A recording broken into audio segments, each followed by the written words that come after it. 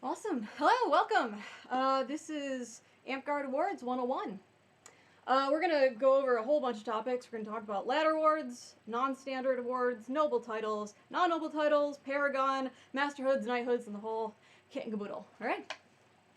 So, let's begin. Ladder awards. Ladder awards basically just mean it is an award type that goes from 1 to 10. A lot of award ladders can lead to knighthood. Some do not. So we will go over the specifications of each, and we're going to go to the almighty Amtgard rulebook and Kapora to go over some stuff. All right. So, ladder awards that lead to knighthood and have masterhoods. For the Serpent Path, we have Owl, Dragon, and Garber. Now, before I go into this, real quick, we have a culture to where we learn a lot of things audibly. We pass on our knowledge from generation to generation.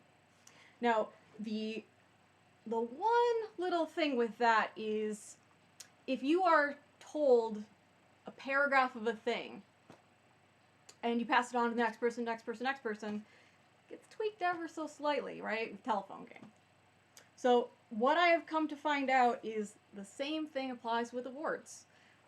So if you are a first-time officer, even if you are a vet that has done this for 10 plus years, before you start handing out awards, I would very much suggest actually go to the rulebook, Kapora, and read it word for word, the award you're giving out, because it might surprise you. One little thing in there that can change a lot of context of what you're going to give out to your players. So, with that, we'll actually go into them. So, I'm literally going to read them word for word, so we know exactly what these are.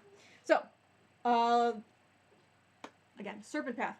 Owl, Dragon, Garber. Owl, awarded for demonstrating ability in the construction sciences of Amtgard.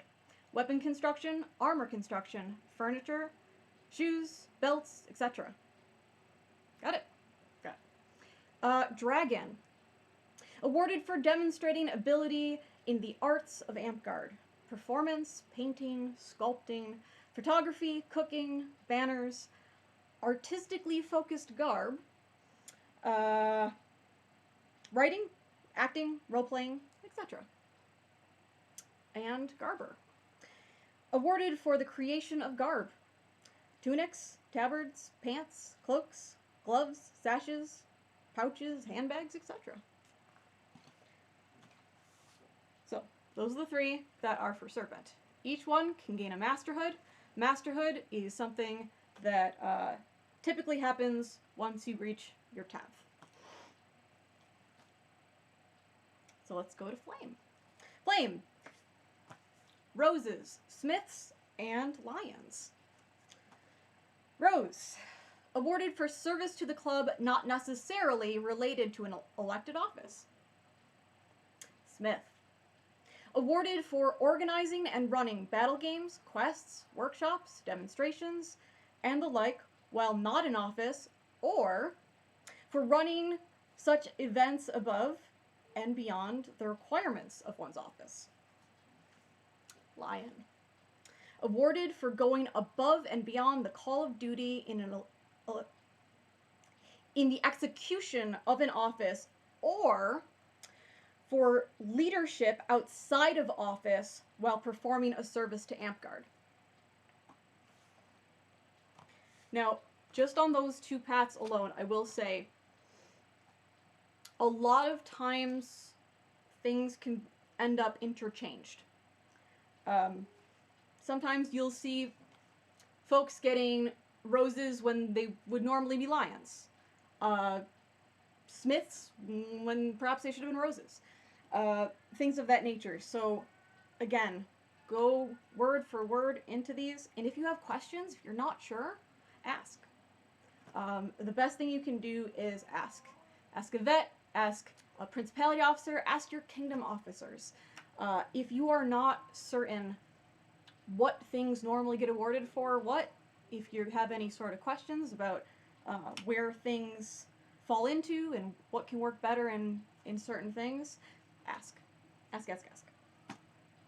Okay, let's move on to Crown. Crown has changed. Super, super important. Crown has changed. So, Crown is now a ladder award, just as the other ones are. So you get Orders of the Crown. Orders of the Crown are 1 through 10. After you get your 10th, you are eligible for your masterhood. Once you have your masterhood, you can be considered for knighthood, just as the others now. So,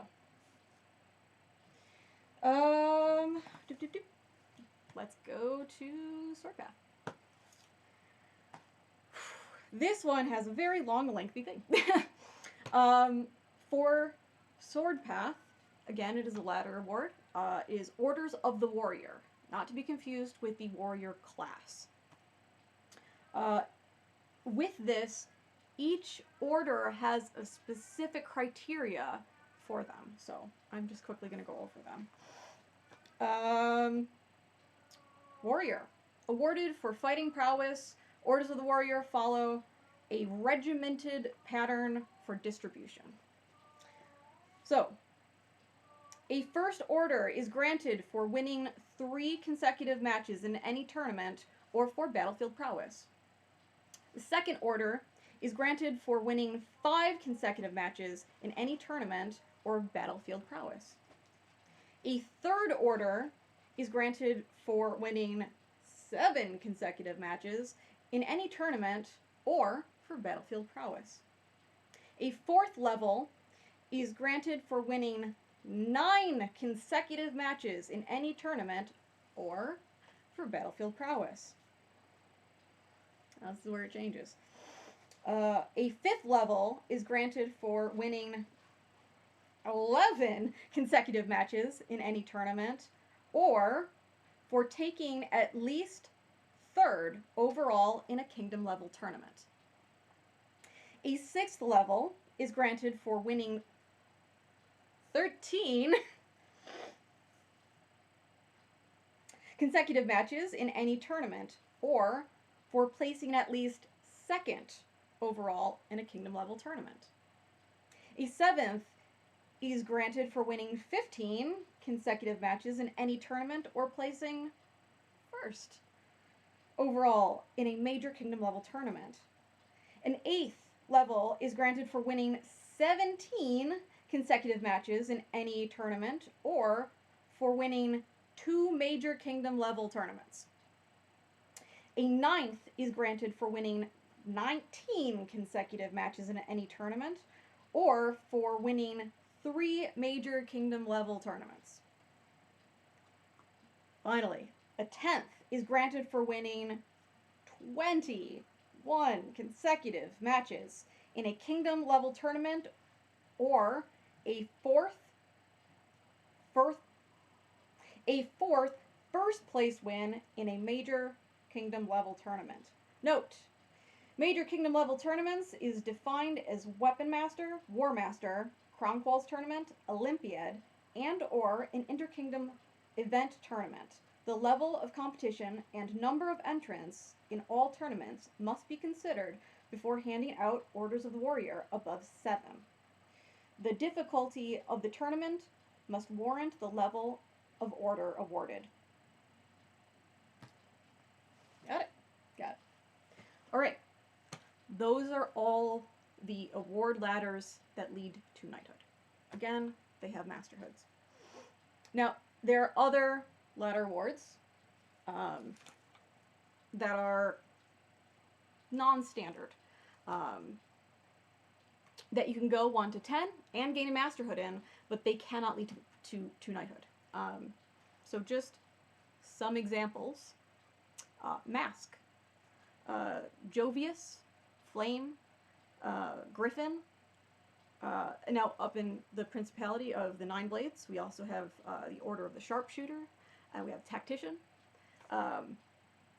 You'll also see this for Hydras, and the sometimes granted Order of the Hardcore.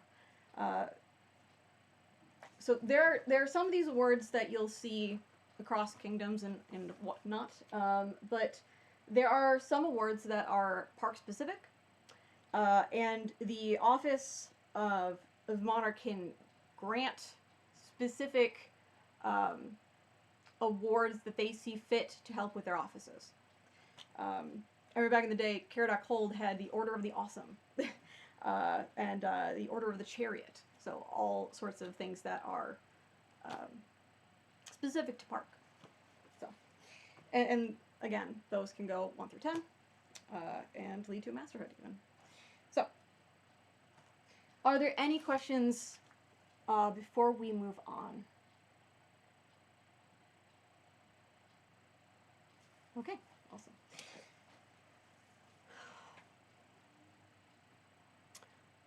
First question, how would one get masterhood in the Order of the Hardcore? Just as any of the other ladder awards, you would get masterhood once you hit, once you get your 10th, you are eligible for your masterhood. So just as any other ladder award. So for that, you would need 10. So,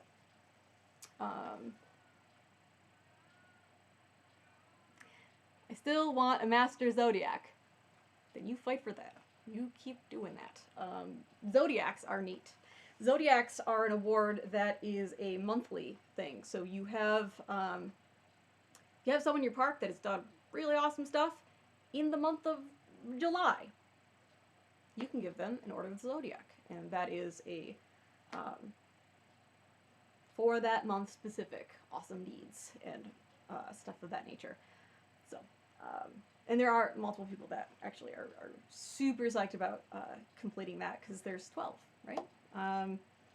So if you can get the gamut of all of them, super cool. Do it. Do the things. Officers, award the things. Do the things. Good stuff.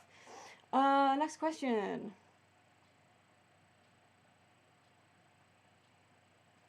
Yes, you get hardcore by being hardcore.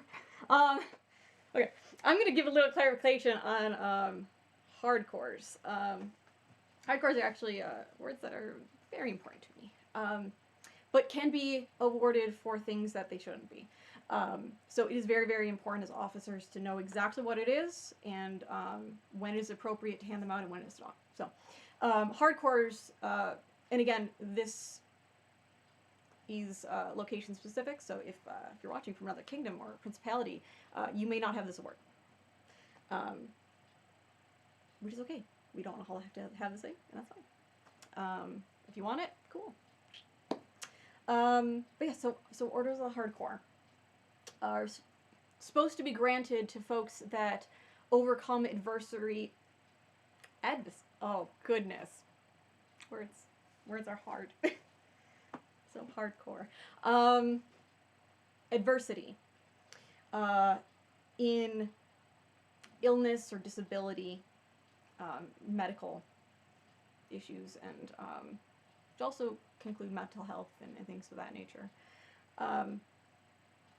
Basically, it is important to know the difference between somebody that is striving to do their best, still be involved in this game, and push through adversity without causing injury to themselves, without endangering themselves, and without endangering anyone else in the process. That is a huge, huge, huge distinction. If you have somebody that breaks a bone, knows it, and fights the rest of a tournament with a broken bone, don't give that person a hardcore. They are injuring themselves. They are putting themselves in more harm. They're doing damage to their body. So don't. I have a number of these, but for my specific disabilities, they're mostly nerve-based things. So I am not causing any damage or harm. Pain is something that folks with chronic pain and illness deal with on a day-to-day basis, and it is not something that we can avoid. So it is important to understand that it is a daily struggle that we push through, and that even though we do experience pain, we push through that and we fight through it, and we keep going. And for a lot of us, it's not a dangerous thing, and having that encouragement actually is it's really nice, really nice. So yeah, keep handling those out, but do it wisely. Make sure that fighting through heat stroke should not get a hardcore, right? Fighting through broken bones and things, right? Because if we hand out those awards for dangerous and risky behavior, then that is us as officers saying, that's okay behavior, do that. We'll give you awards for doing dangerous stuff. So, ramble, ramble, ramble. Moving on.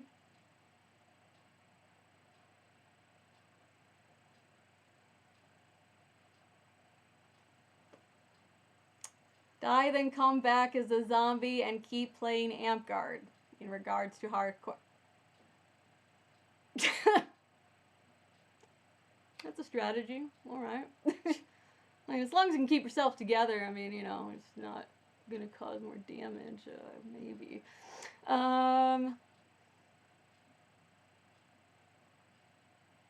This individual is also agreeing with the zombie. It's great. Great, guys. Good stuff. Good stuff.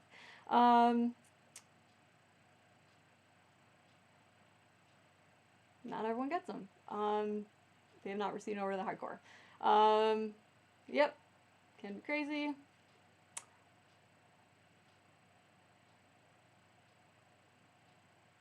Yes, there is, oh gosh. So, here's the question. Has there been any discussion on allowing master sharpshooters to become sword knights or creating an arrow knight? Okay, this is a very heated topic. It has come up multiple times. As of yet, it is not something that is happening. As far as I know, there has been a lot of debate. At this point, no. It is what has been listed in the Kapora through the warriors. Excuse me. That is. Oh, sorry. There's one I forgot to mention. With the warriors, they don't get masterhood, the title, just like the other ones. They get something called warlord. So that is the equivalent of a master order of the warrior is a warlord. So, fun fact. Back to questions.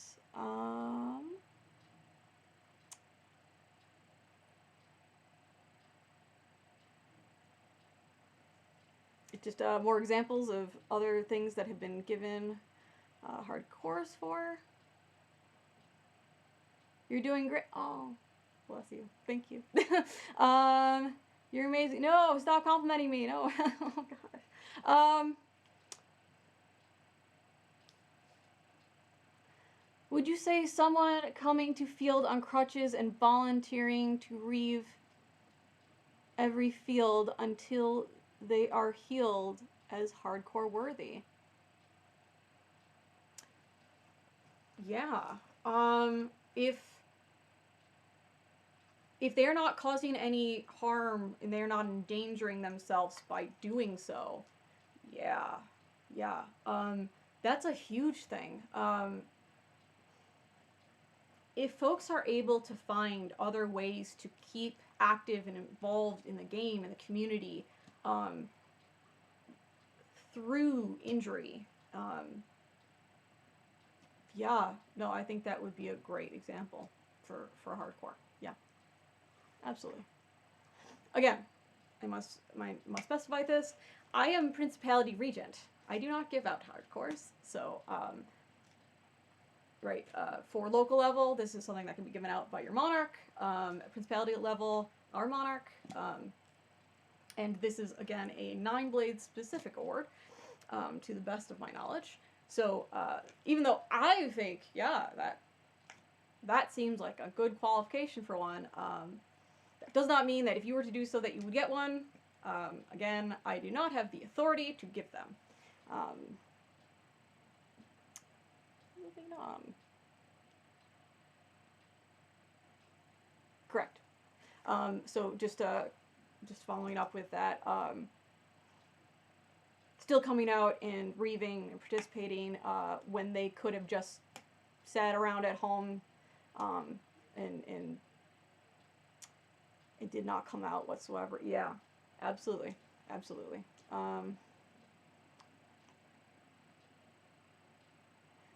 Yep. Yep. So more examples of just hardcores. Now, folks, if you are in the Discord, feel free also to, you can post your questions in the Discord chat under Featured Park. So feel free to post your questions there. It doesn't just need to be on Twitch. So either or, I will see both. So if there are not any more questions about the specific ladders that lead to knighthood, and hardcores apparently, and other non-standard ladders, then we will move on. Good? Good. Okay.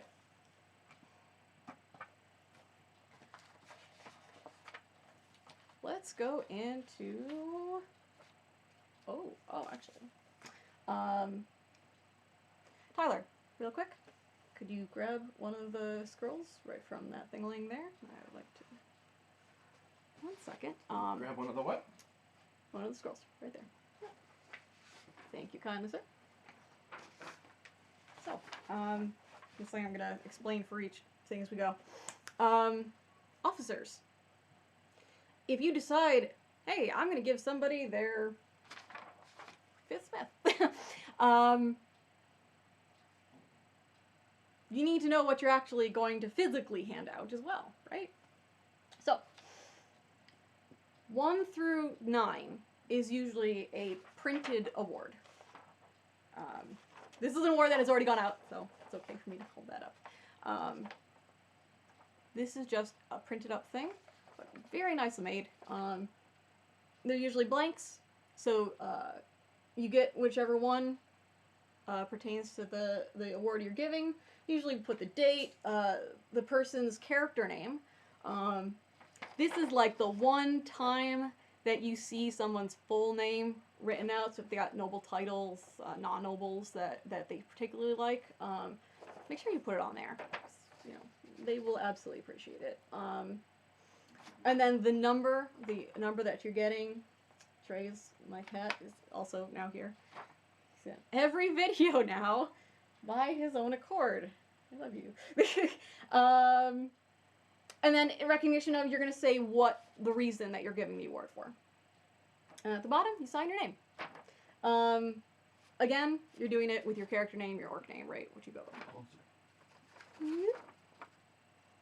you can see what those kind of look like.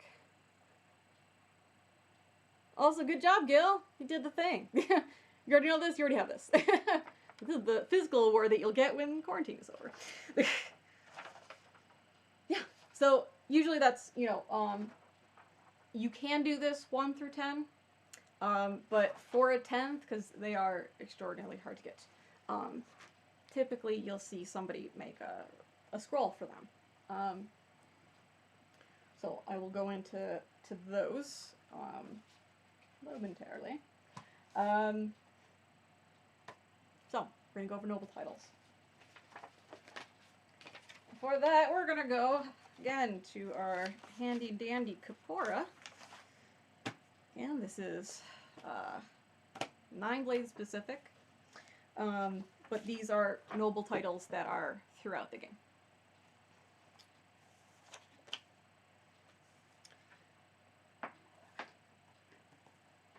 Okay, I got it.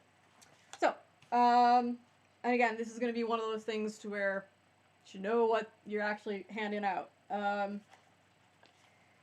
In our Kapora, it tells you exactly what each of the noble titles are. It's probably mirrored, and I don't know if you can actually see it. So it will say the noble title. It'll say what office that they have to serve to achieve that, and it goes up. So now there are non-noble titles as well. Some of those are also for office. Some are not. I'm going to go over those too. So noble titles. One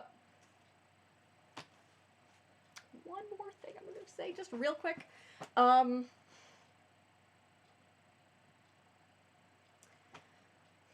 We do not yet have these according to non-gender specific things. So take that with a grain of salt. Understand that this is by real world noble titles, but there's also equivalents that you can give out for them. And there's other things that are far more gender neutral. Basically, make sure you know the preferences of the person you are awarding, because it can be extraordinarily hurtful if their award does not match the pronoun. So please, please, please be very conscientious of that. So I'm going to read them as they are, but understand that there are equivalents that you can choose. So as we go, Lord/Lady. Serving with distinction as Shire Monarch, Barony Regent, or Duchy Chancellor, or as a discretionary ward from the Principality Monarch for continuous and outstanding service to Amtgard. Also, just side note, these are given by Principality Monarch. Please do not try to hand these out at local level without first talking to your Principality Monarch, because parks do not actually have the ability to hand these out. So they most absolutely should be granted for those deserving of them, but you got to get the okay from the monarch, and normally the monarch will hand it out during Principality Court. And when in person at a court of your park, the second half of court could turn into Principality Court to hand out such things. So, just a side thing. The next one is Baronet. Serving with distinction as Barony Monarch or Duchy Regent. Next up is Defender. Serving with distinction as Principality Champion or Principality GMR. Baron. Serving with distinction as Duchy Monarch. Viscount. Serving 2 terms with distinction as any combination of the following: Principality Champion, Principality GMR, Duchy Regent, and or Duchy Chancellor. Marquis. Serving with distinction as Duchy Monarch and as Duchy Regent or Duchy Chancellor. Count. Serving with distinction as Principality Regent, Principality Chancellor, or 2 distinct terms as Duchy Monarch. Duke. Serving with distinction as Principality Monarch. Archduke. Serving with distinction as Principality Monarch and as Principality Regent or Principality Chancellor. And the highest one is Grand Duke. Serving 2 terms with distinction as Principality Monarch. So those are all the ones that we have for our Principality. Yeah. So, if you are handing out one of these, typically you would have a scroll. And what we try to do, at least, for those that are serving their first offices that get their first noble titles. If they're getting their first noble titles, we try to make sure that they also get a cornet made. So, this right here is actually a cornet. It was made by my knight. Thank you, Katie Dean. And then you get a handmade scroll. This by the lovely Leah. Yeah, so you're gonna basically just make sure that what is written on it has something about their service. There isn't anything specific that needs to be on there for this chunk. But make sure that their character name is on it. Make sure that the title that they are receiving is on it. Who is handing it out. And typically you would have the date as well. But yeah, so that's just an example of one. So just whoop, you kind of see what that looks like.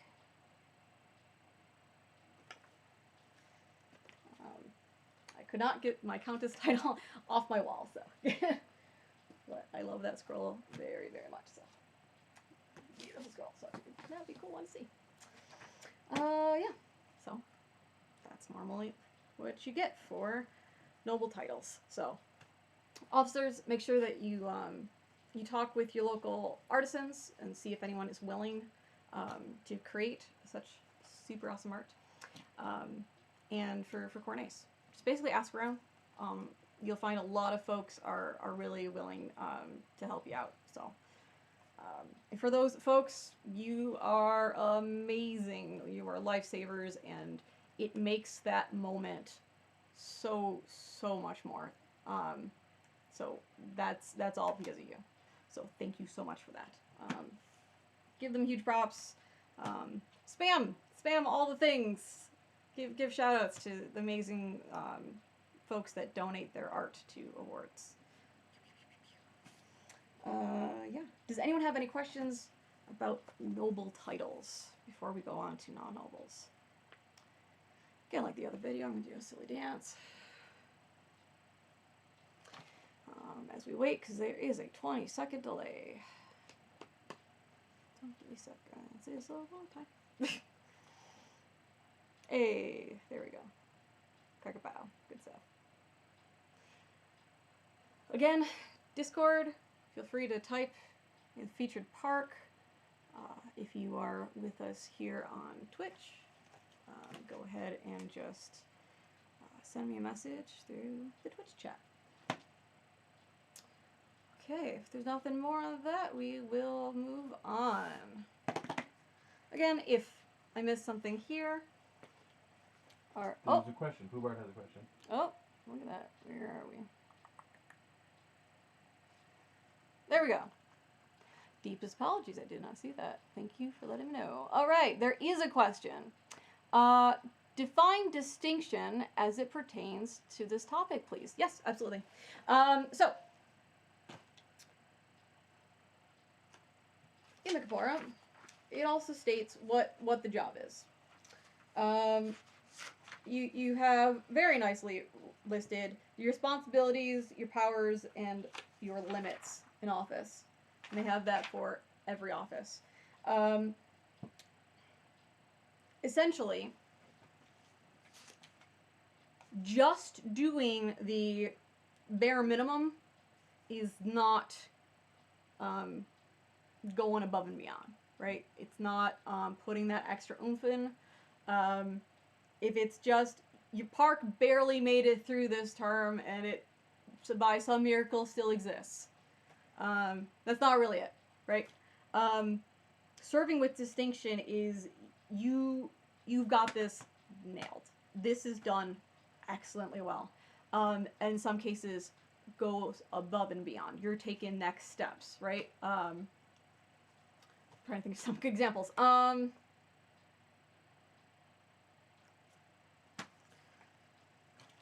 In my park, we started a thing to where we have indoor locations now for winter. We ended up to a point where we lost a lot of numbers in winter, especially since our main field was in the middle of the week at night. So it got very cold very quickly because it would be too dark to actually play. So during my term as Monarch, I was able to facilitate us getting the indoor location and then raise the money to afford it.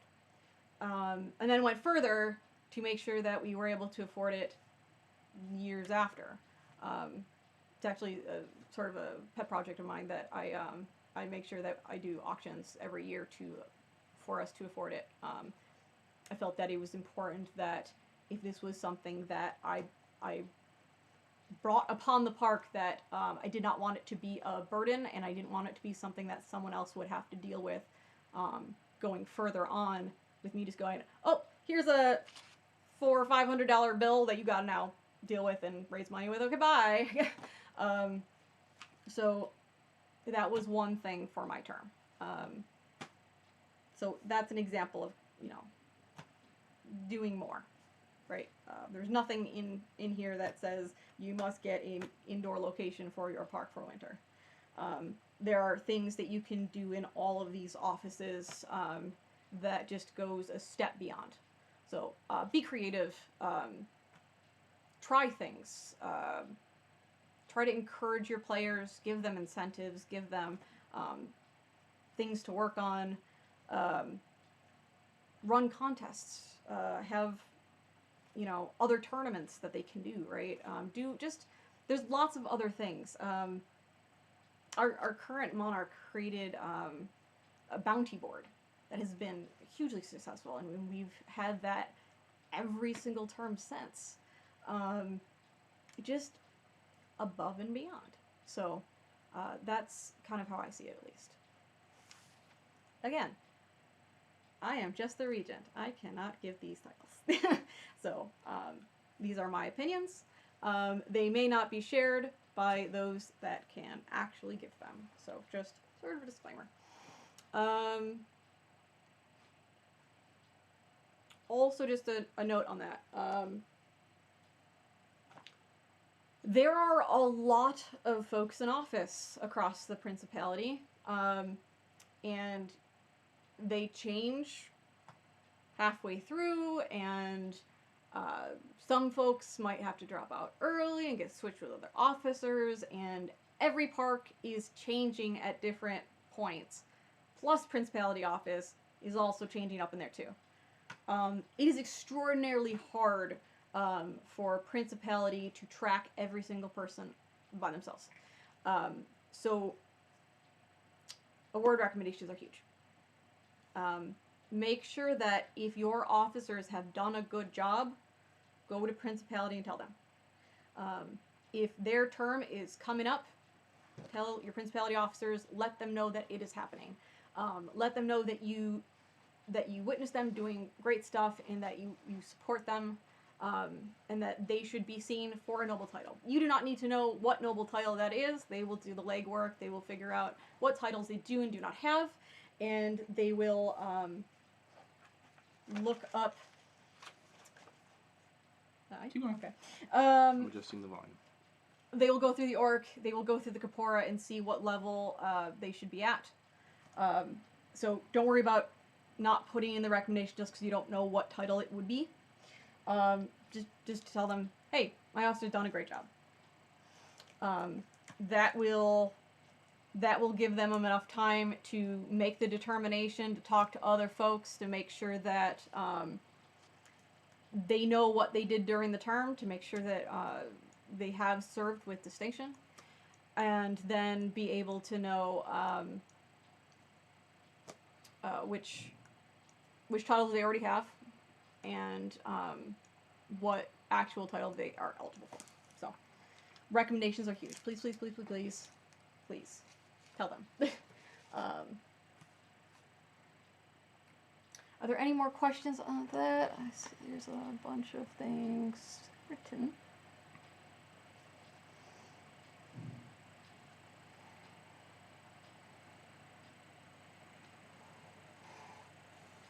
Okay. Can you scroll up there? Because I cannot see now. This is the last one.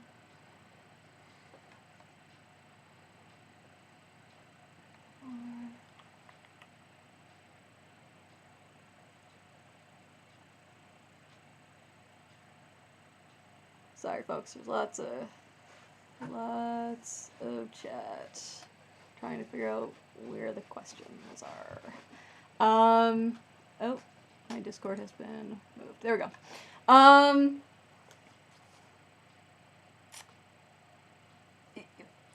You can put in either one. I will say that Discord pops up a lot quicker. So if you want to avoid the 20-second delay, Discord is a quicker way for me to see things.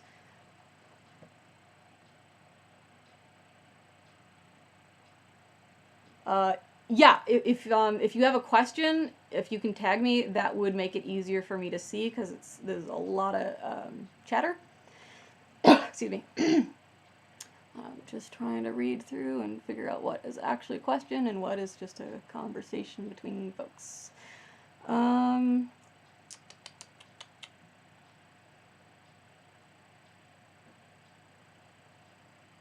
Okay. So if there's no other questions on noble titles, then we can move on. Will they answer for time? We good? Cool. Okay. Back. There. Okay, so there are other titles that are non-noble titles. So we'll go into that. Mm-hmm. Some stuff up. And the shot. Cool.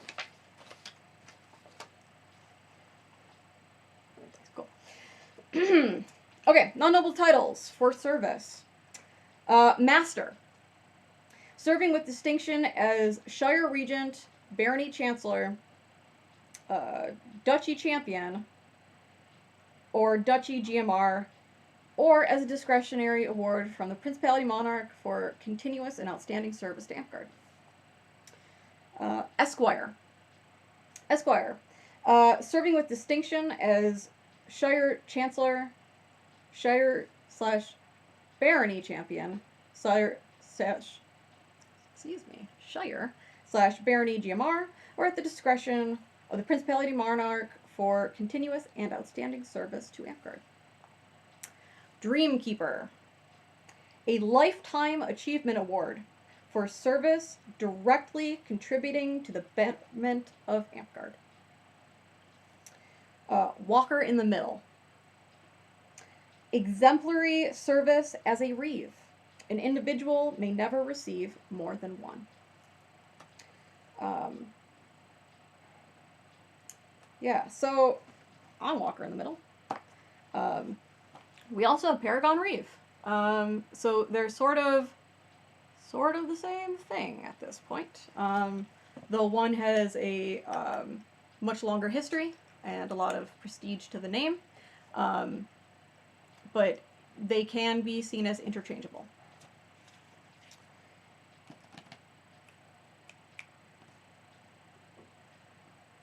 But Paragon Reeve is still Paragon, so it must go through those channels of how you would become a Paragon. So there is a distinction of the way you would get it can be different than you would, per se, get a Walker in the Middle. Walker in the Middle usually would be just the monarch would choose, and that would be it. Might talk with other Walkers in the Middle, but essentially does not need to go to the Paragon Circle. But for Paragon Reeve, the monarch would consult the Circle. So yeah, I think with that, we will lead into Paragon. If there's any questions on the non-noble titles before we move on to Paragon, please state so now. Again, I will provide for you a silly dance. For that 20-second delay, or just throw that in Featured Parks Discord, so that should pop up immediately, in theory. Again, just going to quickly look and make sure that we are good. Yep, yeah, the 9 blades, Paragon Reeve equals Walker in the Middle. Some kingdoms have both separated. Westmarch has Walker.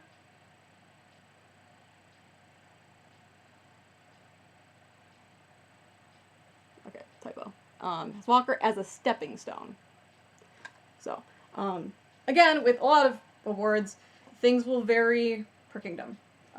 Could vary from park to principality.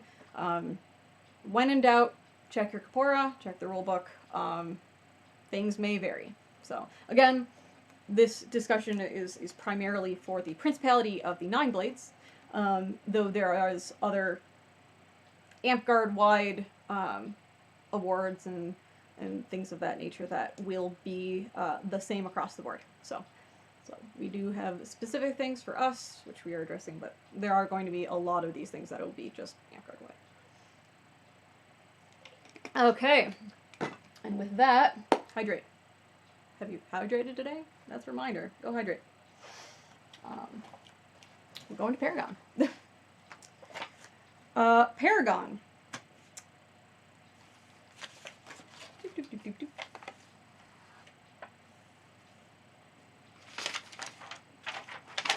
It's something you'd think would be right there in the rulebook, and it's not.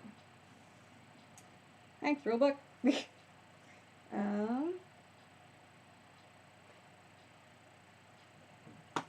That's funny. What I'm going to do now is I'm going to take the Almighty Tome, I'm going to pass it underneath this table to this wise and mysterious figure, and they're going to find where Paragon is defined for me, because they're wonderful. So, as they're doing that, I'm going to just go over what classes that covers. Oh, look, it mysteriously has returned to me. Paragon.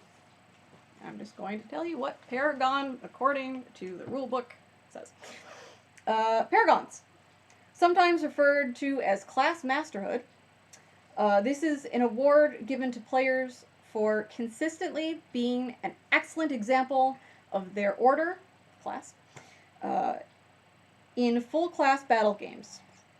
A player should look like, roleplay, and be highly effective at playing their order to be bestowed the Paragon title for that order. Again, order as in class. A Paragon should take the lead in teaching new players how to play their order, assist them with getting the necessary equipment, etc. A player may receive multiple Paragon titles for each...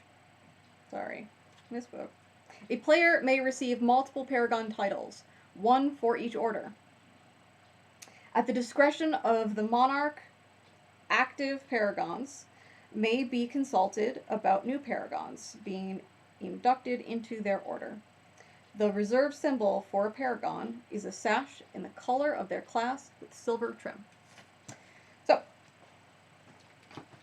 the classes that are eligible for Paragon: Archer, Assassin, Barbarian, Monk, Scout, Warrior, Bard, Druid, Healer, Wizard, Anti-Paladin, Paladin, Color. It's a thing. It's important. Up here is a thing. It is important. We value this.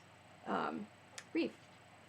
And some folks also for Peasant, I believe. Yeah. So, all the things. All the things. Everyone has value.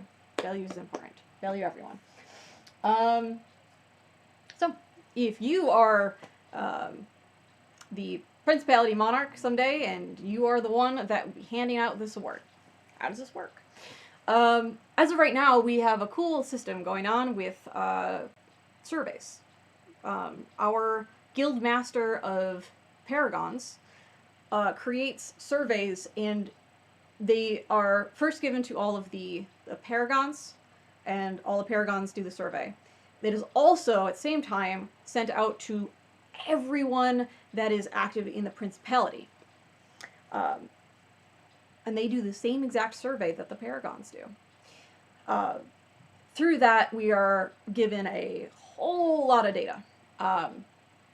And we can see those topics and see what people feel that whether or not they have ticked all the boxes, and their readiness, and additionally, what they can work on. If they're not quite there yet, through the data we can see what the Paragons think that they need to work on, and what the Populace thinks they need to work on. So it gives a lot of information, and it's really, really good for the Monarch, for their decision process, for making that determination of who gets that award. So what I really want folks to understand about Paragon is that we as Paragons do not make Paragons. We do not have the choice to make Paragons. We are an advisory board. We can help the Monarch by giving them as much information and our opinions based on our own Paragons and our interactions with the individual, and our knowledge of the different classes and the interactions between different classes. But at the end of the day, we are an advisory board. So it is solely up to the decision of the Monarch. So put in those recommendations. Put in those recommendations to your Principality Monarch. If you feel that someone is deserving, let them know. Those recommendations really, really help. They really help. It is important to know that folks back things, and that there is support out there. So, please, please, please. I'm going to repeat this a million times during this class. Just recommendations are important. Please, please, please send recommendations. But yeah, so it is important to note that the Paragons can all agree that somebody should be a Paragon, and the Monarch decide not to give it. In turn, the Monarch can decide to give it if all the Paragons do not agree that the person should have it. So, again, advisory board. So, if you are in a Monarch and you go, yes, do you know what, this person is ready, I've looked through everything, I'm super pumped, and yeah, this person's going to get it. What are you giving them? So, as stated before, I am a Paragon Archer, so I'm just going to show you my stuff. You receive a sash of your color with silver trim. So, this is what you would get. So, whatever class you have the Paragon in would be their regular class sash with a silver trim. There is a little bit of difference for other things, notably Paladin and Anti-Paladin. They don't wear sashes, right? So what do? They wear favors, right? Paladin and Anti-Paladin, with phoenixes, right? I'm just gonna. For Anti-Paladin, it's Black Phoenix. For Paladin, it's White Phoenix. So, if someone were to have Paragon Anti-Paladin, it would be silver around the Phoenix itself, not the edge of the favor. The edge of the favor denotes an apprentice, so that's important, right? So, again, White Phoenix, it would be around the edge of the Phoenix, not around the favor.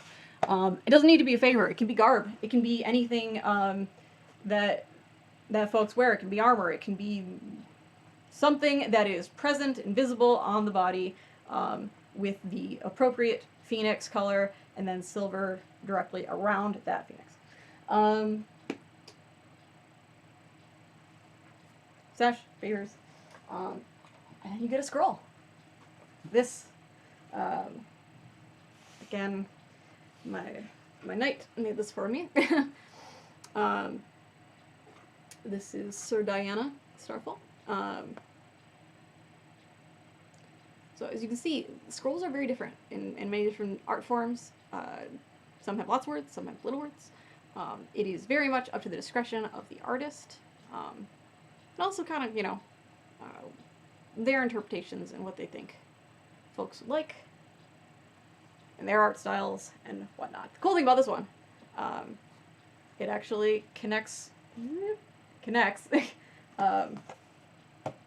with my former apprentice's Paragon Archer. So it was a really neat scroll. So it's like a giant thing altogether. Super neat. Things are neat. Make things. Go art all the time. Craft all the things. There we go. Are there any questions on that before Oh, real quick, just so I did mention, paragons can give out, can take apprentices. And what denotes an apprentice is favor, which is the color of the class with a silver border. And there is no limit to how many apprentices you can take.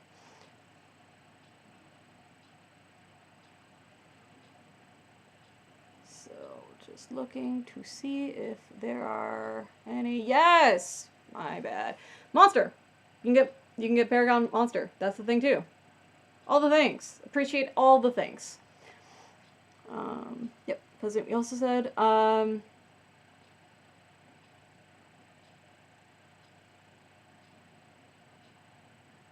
okay, the question here. I have yet to see anyone play color. I don't even know what to look for. Okay, color. Color is basically a class that is a class, actually. Get credits in it. And it's not on the battlefield, per se. Now, there are some instances where there might be a battle game scenario, and this person may be a non-combatant in that scenario. So, if they're non-combatant, they'll usually have a gold sash to make sure that no one hits them, because they are non-combatants. They are not there to fight. They are there to add flavor and color to the game. And you'll see this in all different aspects. Somebody that brings their guitar onto field, and while everyone's hanging out, while games are playing, they're just rocking out. They're adding that sound, right? Just maybe they're singing bardics and just adding that immersion level, that awesome, just like, oh wow, this is so cool. This is just upping that awesome immersion level for everyone there. That's color. Folks where maybe they're right, they're not there to go fight in the game. Maybe there's somebody that has a blanket laid out, and they start a sewing circle. They are teaching folks how to sew, and they have this nice spread out. Maybe they have snacks and other supplies that other folks can come and join and learn. That's color. Folks that come and they put up decorations and they put up banners and just really heighten, again, just that wow factor, that immersion, that pulling in, and that just adding a bit of color to your field, to your events. Just, right? It's not something that somebody is mandated to do. It's not something that is your responsibility. It is somebody that goes, you know what? I want to add this little bit of color to the game, and I want to support others that do it too. That's color. So I hope that kind of explains it just a bit. It can be a little hard to kind of fully put into terms, but that's kind of at least my understanding of it.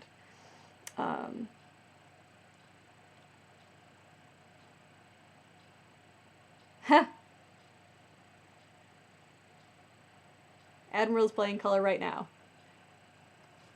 Could be. Sure. Dressing up and sharing stuff. Yeah. Why not? Not really. She's a smith right now. Yeah. Why not? Teaching a class? Classes. Yeah. There's a lot of folks that teach classes. So that's smith stuff. Folks should look out for other people that are doing that. Adventure Academy. Oh gosh, just smiths, so many people. Also, oddly, something that gets missed a lot, autocrats. Usually lion. That's usually a weird one that usually a lot of folks end up with roses, but traditionally those tend to be lions. If you are leading a group of people, you're the head of a thing, and that you're organizing a bunch of folks, it's actually a lion. Doop, doop, doop.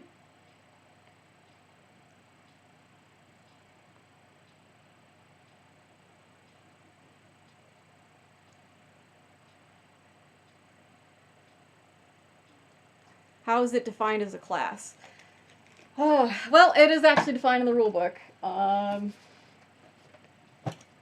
So I will just read what it says, though it's a very weird...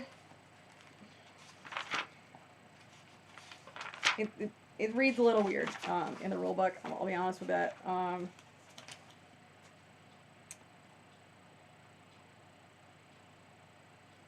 And again, the book of mystery will mysteriously disappear under this table to whoever might just be What am I looking for? over there. Color. We are looking for color. Looking for color. Color. How would it be defined in the rulebook? If I had a rulebook in my hands and I was looking through it, it would be on a page, and I would have it somewhere here, like in my hand. It just sense that I would be holding it and reading it to you at this moment. Oh goodness, look at that! Magic. Finger wiggling! That's what magic is. Color! Color! Gonna read from the almighty tome.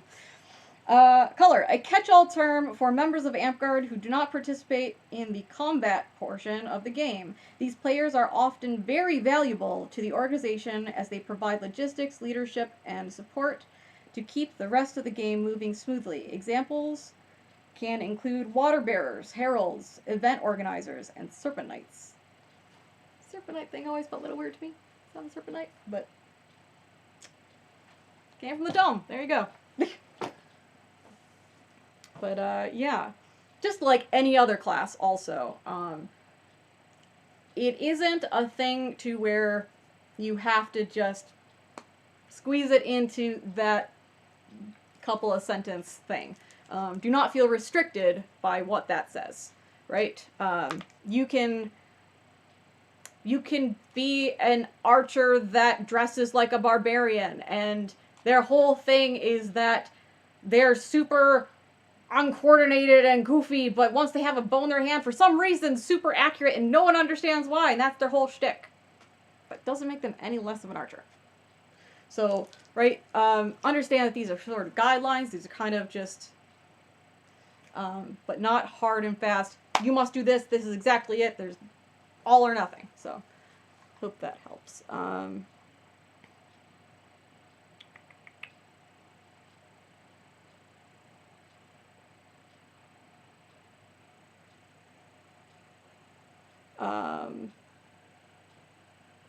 Yeah. Doop. Sorry, whole conversation about color.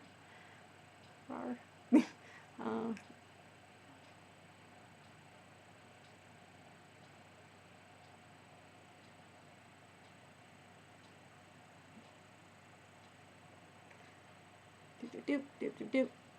Reading stuff, trying to find questions. Doop.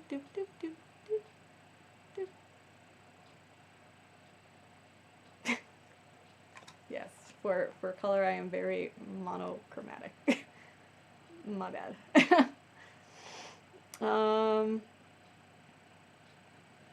Tyler with ghost support. Yep. Super spoopy ghost support. Yay, finger wiggling. Imagine if she's jazz hands. Magic.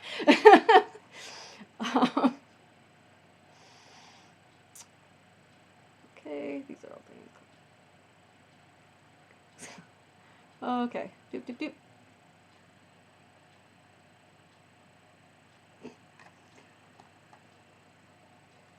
Oh, yes, fantastic. Someone has posted the actual photo of Caroline and I receiving the paired Paragon titles. Super neat. Okay, are there any questions about Paragon stuff before we move on to the next section? Find my note card. All the stuff. Found the note card. Again, if you have questions, please throw that in the Twitch chat or the Discord chat. Either one is good. Again, we have that 20-second delay, so I shall provide for you a silly dance. And for you, jazz hands.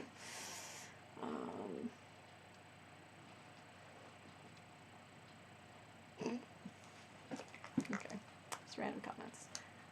Oh, someone's typing. Someone's typing. Yes. I'm going to take a drink break. And you should too. Hydrate.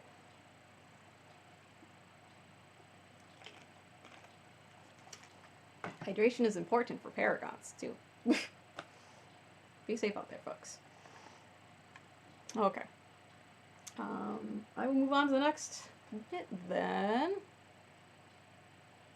Again, if you have any questions, also tag me because it's just a lot easier because there's a lot of chatter. But yeah, if there's any questions that you have from any section up until this point, please let me know and I will cover that.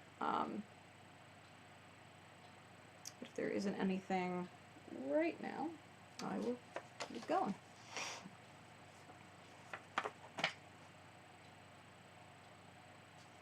Masterhoods.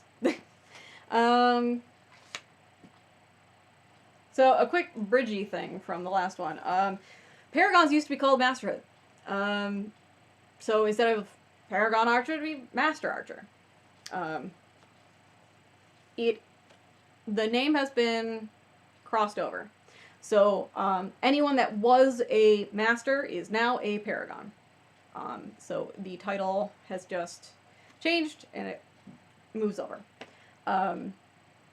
Usually Masterhood denotes V7 in previous versions. V8 is when we started with the Paragon titles. So, fun history fact. Masterhoods. So, as previously mentioned, there are some Masterhoods that do not lead to knighthood. They're just cool little things. I'm a Master Hydra. Whoop-de-doo! Again, for those that don't know, it is customary in our land that when somebody receives a Hydra, we perform the Hydra mating dance, and this is the woobly arms and the whoop-de-doo mating call. Super important, and that is what we have for literally every time someone gets a Hydra. It is this chorus of whoop-de-doos in our majestic dance. So, yeah. Maybe think of that for your lands if those folks also get Hydras. It's fun. Right, so again, I have a Master Hydra. That does not give me knighthood. That does not qualify me. Sorry, does not qualify me for knighthood. So, it's just a neat thing. So there's lots of things that you can get Masterhood in that do not lead to knighthood, but they're still neat things that people like to achieve. So, go for it. So, the things that do. Again, Rose, Smith, Lion, Owl, Dragon, Garber, Crown, and, again, Warlord is the equivalent of Masterhood for Order of the Warrior. Not to be confused with the class warrior. Which is confusing. Oh, are there questions?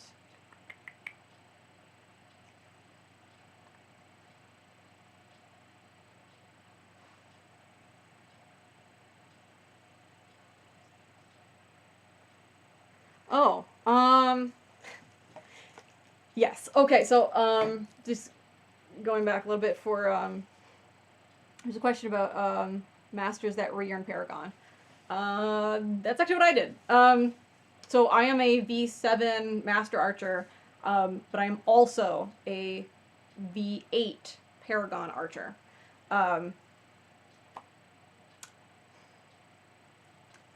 Some of those of us that were masters in V7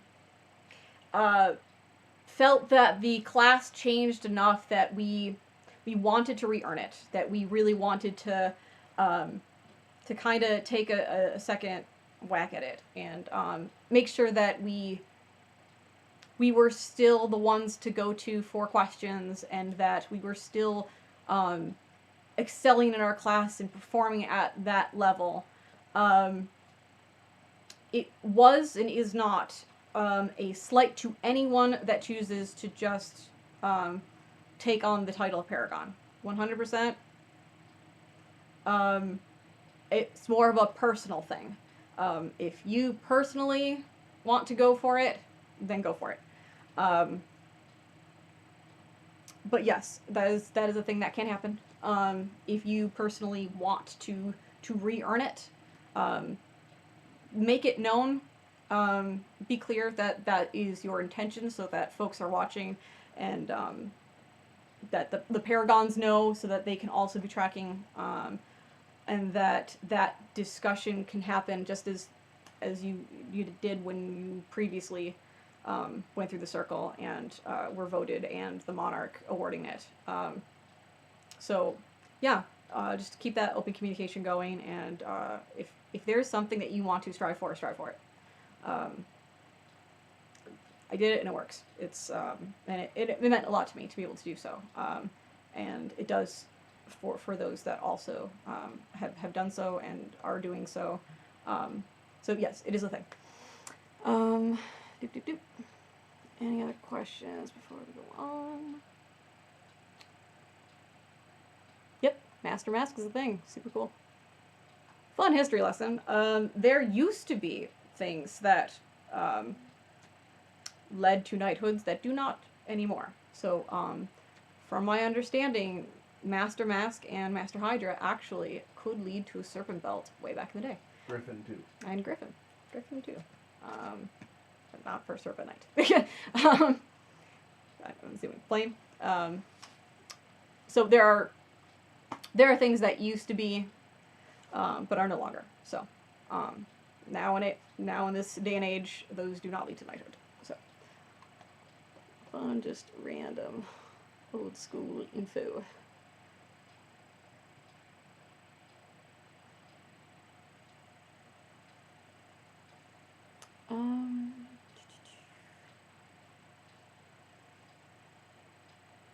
Oh, okay, that's a good question. If I was working towards a Serpent Knight, would I need Masterhood in all 3 ladders? No, no, not at all. You only need Masterhood in 1 to qualify for knighthood. There is a so for Serpent, there is a neat thing you can try to achieve that's called getting your dog. And dog is the Dragon Owl Garber Masterhoods. So once you do 1, like, there's nothing stopping you from earning the others, right? So you can be a master of all 3. But you, I had to clarify this the other day. You do not get a new belt each time for the same path.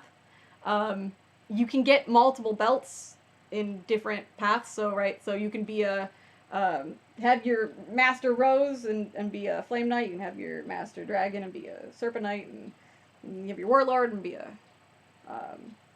Sword Knight, and have your Master Crown and be a Crown Knight. You can have all of them. You can be a 4-belted knight. Or any combination, right? You can have 2, 3 belts, 4 belts, 1, just 1. Yeah, there's just, those are all possibilities. But you do not get 3 separate Serpent belts if you get the dog. It's just the one and done. And no, you do not need to have all 3 of them. You don't need 2 of them. You just need the 1. So I, for instance, am a Master Dragon. So I qualified for knighthood at that point, and I am a Serpent Knight.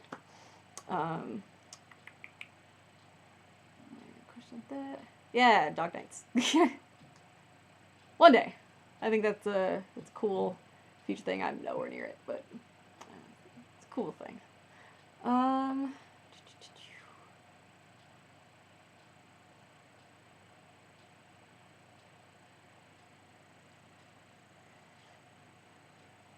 Yes, spam all of the dog emojis.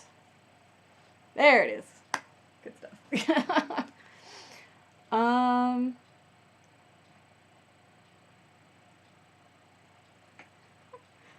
Just one comment. Hydra mating dance. You made me nearly choke on my iced tea. Whoop-de-doo. So much fun! So much fun. Yeah, if anyone knows how to do the, that emote with the octopus thingy, throw that in Twitch. That's always super neat to see. Yeah, any other questions on the Masterhoods before we... I'm just gonna go further into Masterhoods. Excuse me. So, there it is. There's the... Yeah, okay. I'm easily amused. We know this now. Masterhoods. So,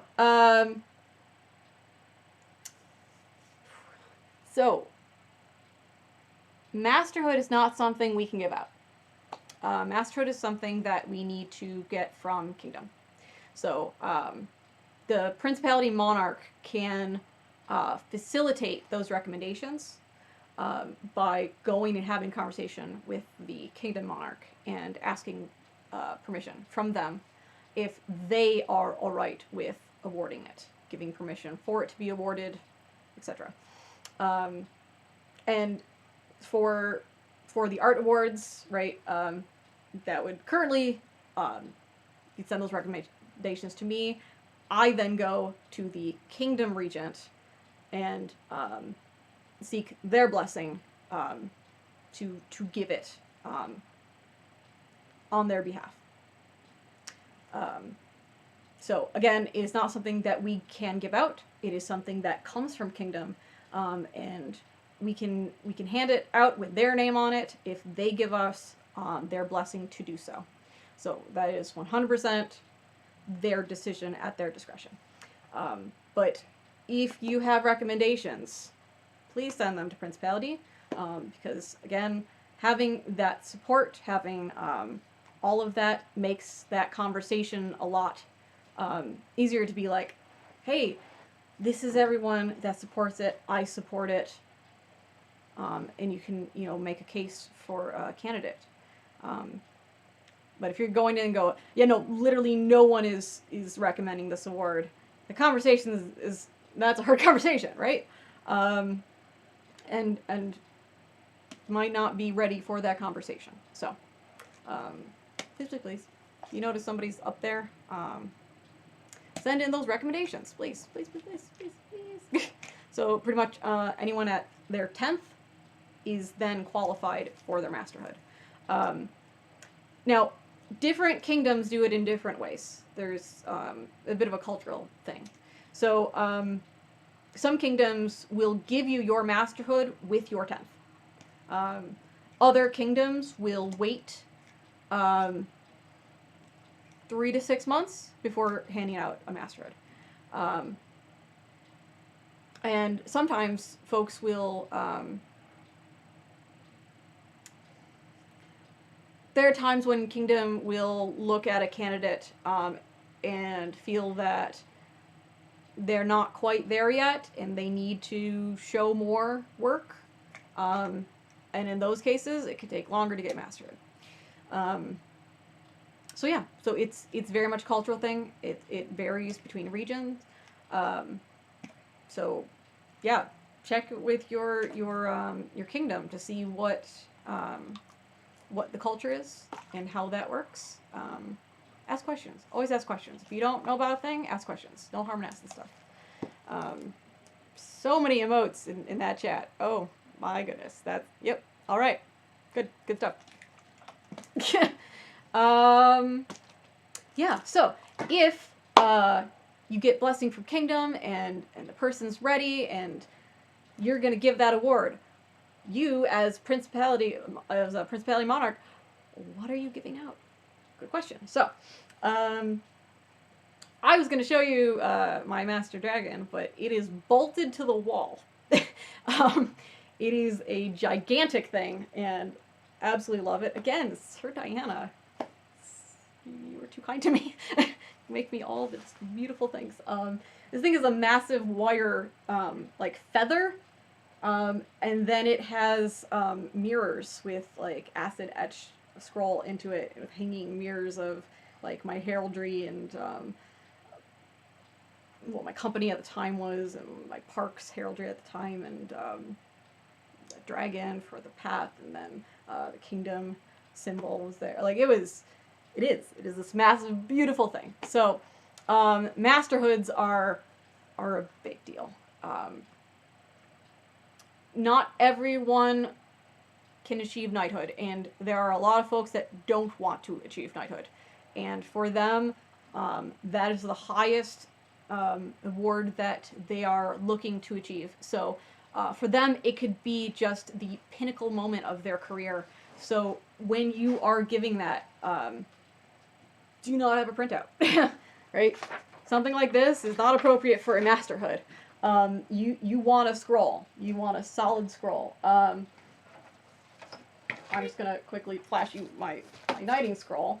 This is an example, right? You're going to make a fairly sizable scroll for something like that. It's going to be quite large. So it's, go for that. Go for big. If you can, right? Not everyone has accessibility to such sized things, and, that's great. Honestly, it's great. Do what you can. And thought counts, and it matters, and the recipient will be honored either way. So you can try for something, but hey, look at that, there it is.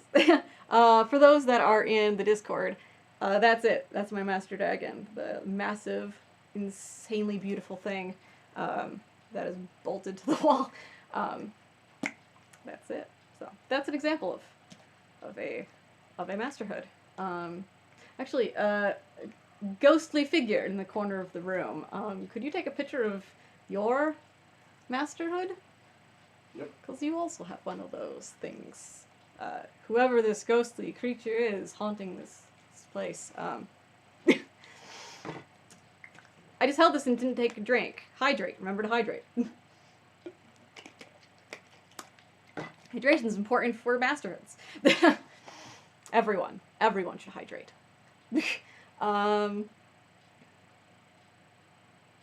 Yeah, seriously. Okay, so this is a very good point. Ask your artist months in advance. Please. The instant you know you are handing out this award, please go to the scroll bakers and make sure that they have such advance notice, because these things can be massive, and that takes time, that takes resources, that takes getting all the materials, takes creating the thing. Yep, and there is Woonjo's in Discord as well. Let's see what that looks like. Right, it's a little hard to see if that thing also is a massive, like, this by this giant thing, which I believe was Sir Promethea. Also, beautiful work as usual. Yeah, so, oh, he even has, yep, he has his 10th there too. So, his 10th, Maggie, amazing artist as well. Another Serpent Knight. Sertrill? Daedrill? Deepest apologies. But yeah, so just examples of kind of the scale that those tend to be. Now, you don't only have the scroll for this, so that's important too. These also, move stuff out of the way. Whoop. Hoods. Hoods are now a thing. Master hoods. Check. Sorry, puns. Ow, they hurt. Yeah, so basically, we have a new thing to where folks with master hoods can wear favors, and they can wear hoods. Every award ladder path has a color associated with it now, and with that, you are allowed to have a gold phoenix. So that is the reserved images for masters, is the background color of your path, and then the gold phoenix. So for a master, what you would be getting for them is the scroll, and then a hood with the color of that denotes what their thing is. And then you would have the gold phoenix on there as well. So that is the thing. Again, gold phoenixes tend to be like embroidered. When I'm saying I'm like, most people hand stitch those. So, whew, it takes time. These things take time. Artists need time. So please, please, please, if you have even so much of an inkling of wanting to give out these things, right? If you are in Kingdom Office and you are handing these out, if you are a principality and you've gotten a blessing from the kingdom, whatever the circumstance may be, please, please, please, please, please give your artists as much time as you can give them. Because we have some amazing artists in this game. Just absolutely stunning work, and give them the opportunity to do what they do best. And allow that moment for the recipient to be a pretty stellar moment. So, time. Time is everything. Are there any more questions on masterhoods? Doop, doop, doop, doop, doop.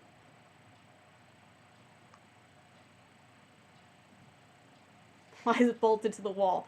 Yeah, as you can see the picture, because it is metal and it is heavy and it is glass and it is heavy. So do they want better pictures of it? No, I've not been told otherwise. That is why the award is bolted to the wall. It is, yes, it is heckin' fragile and heavy.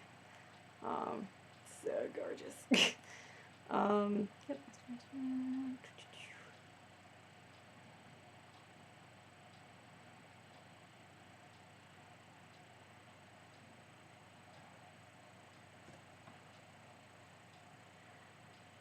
Llewellyn just said, if I make a player cry with my scrolls, I win. It's true. She does. She made my second Order of the Hardcore, and I bawled. I went into a camper, and I bawled my eyes out like a wee babe. Oh, goodness. I still see it and tear up. So, how dare you? You're wonderful. Thank you. Yeah, no, I mean, they're big moments, and whenever somebody makes art for somebody else, art is a very personal thing, and it is an expression of oneself and their time and dedication, and that donating of that art is a heck of a thing. So, yeah, it can be a very emotional thing.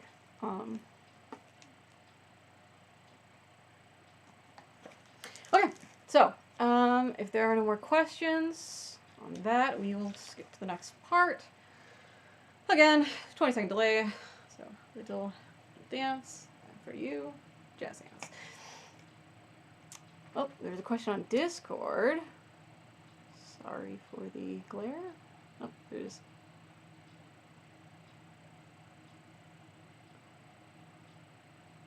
I'm a noob lol. What was your master dragon for? I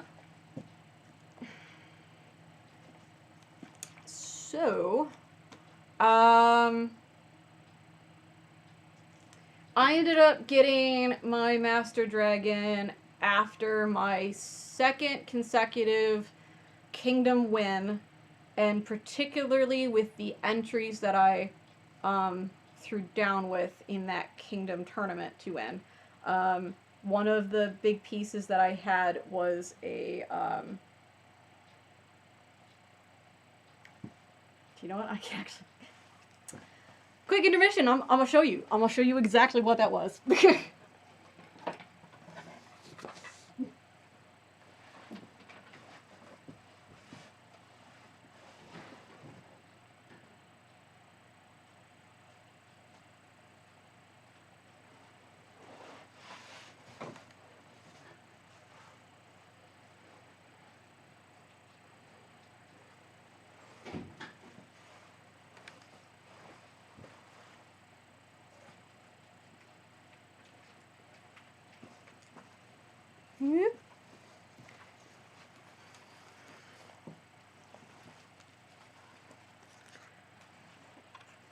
This is a shoulder dragon I sculpted.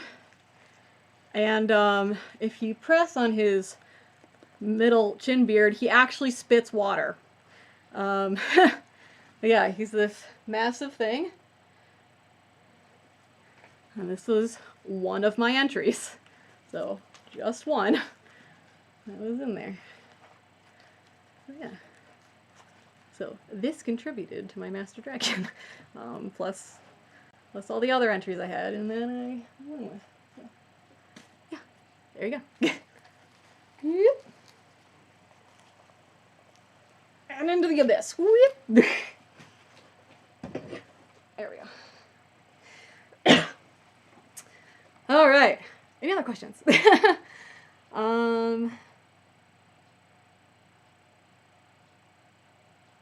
you. Okay. Yeah. All right. I think that leads us to the last biggie, which is knighthood.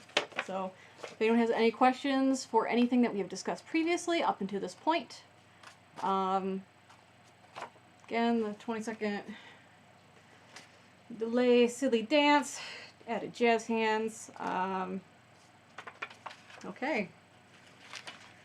Let us move on to the big one, knighthood.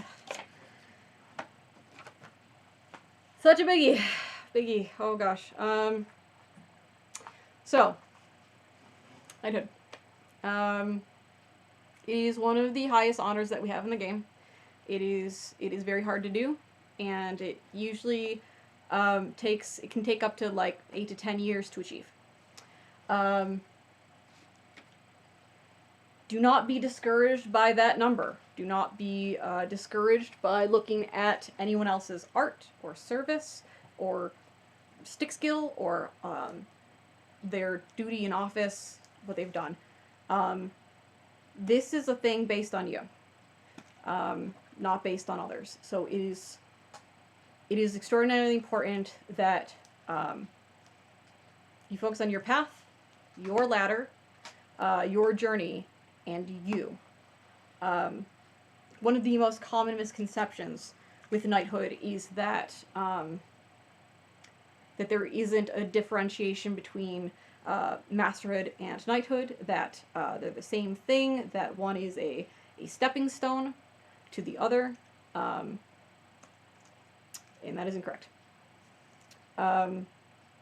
Knighthood is not the level of skill, it is someone's character, who they are as a person. And when I say character, I mean that in a mundane sense and not the your portrayal of a character. So that is super important. I'm going to read again from the Almighty Tome what knighthood is. Actually, I'm going to read what a master is first. And then I will read what a knight is. So just you can actually see the differentiation. Masters. Masterhood may be granted in recognition of outstanding skill in a given area, and has a reserved symbol of a gold phoenix and a solid color background. For more information on the qualifications to be a master, please see Appendix A. Masterhood may only be granted at kingdom level. It sended me to another part of the book. But as a quick thing, because it's here, I'm quickly to let you know what the colors are actually for these. So again, all of these have gold phoenixes. So dragon, gold phoenix on a green background. Garber is a gold phoenix on a blue background. Lion is a gold phoenix on a purple background. Owl is a gold phoenix on a brown background. Rose is a gold phoenix on a white background. Smith is a gold phoenix on a gray background. Warrior is a gold phoenix on a red background. And Crown is a gold phoenix on a black background. Appendix A. Appendix A. Knighthood.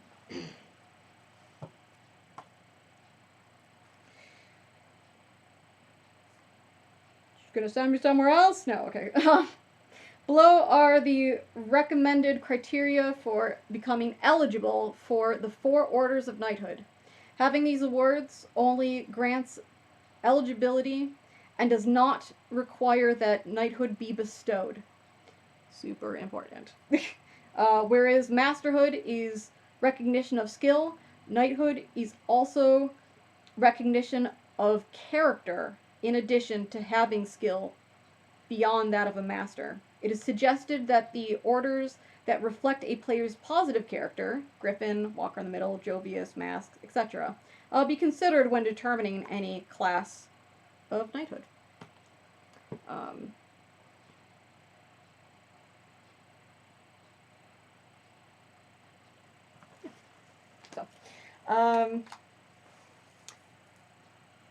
For all of the knighthoods, masterhoods are a prerequisite. You need to have your, you're supposed to have your masterhood, your 10th, your masterhood, to qualify to even have that vote to begin with. So up here, you need those before you are voted on. So, how that works. Just like Paragon, we have a circle of knights. And we are just an advisory board. I'm going to say that 20 more times. An advisory board. We are an advisory board. What does that mean? We do not make knights. Our vote is a suggestion. It is a advisement. We have no authority. We have no power. Knights have no power or authority. We do not give out awards. We do not have powers. We are service. We are a forever office. The belt is a how may I help you sign. We are servants to the game and its people.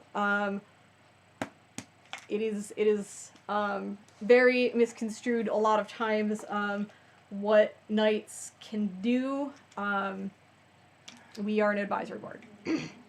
So, we cannot give out knighthood.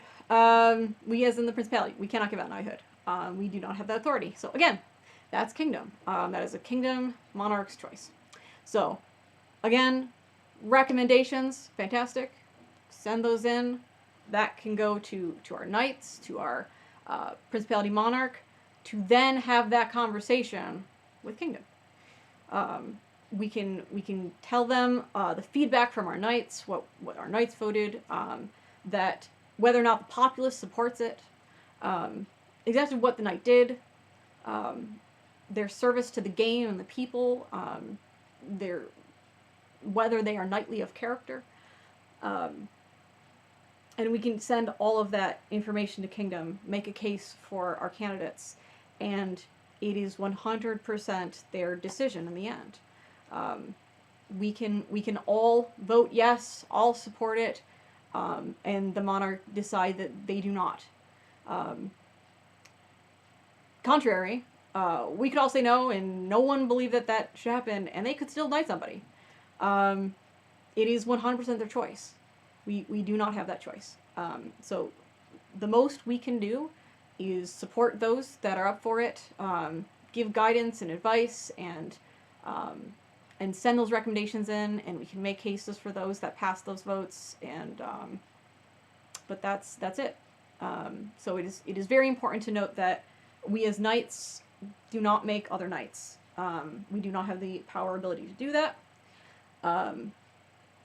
But yeah, so what we do on the circle, when you are a master,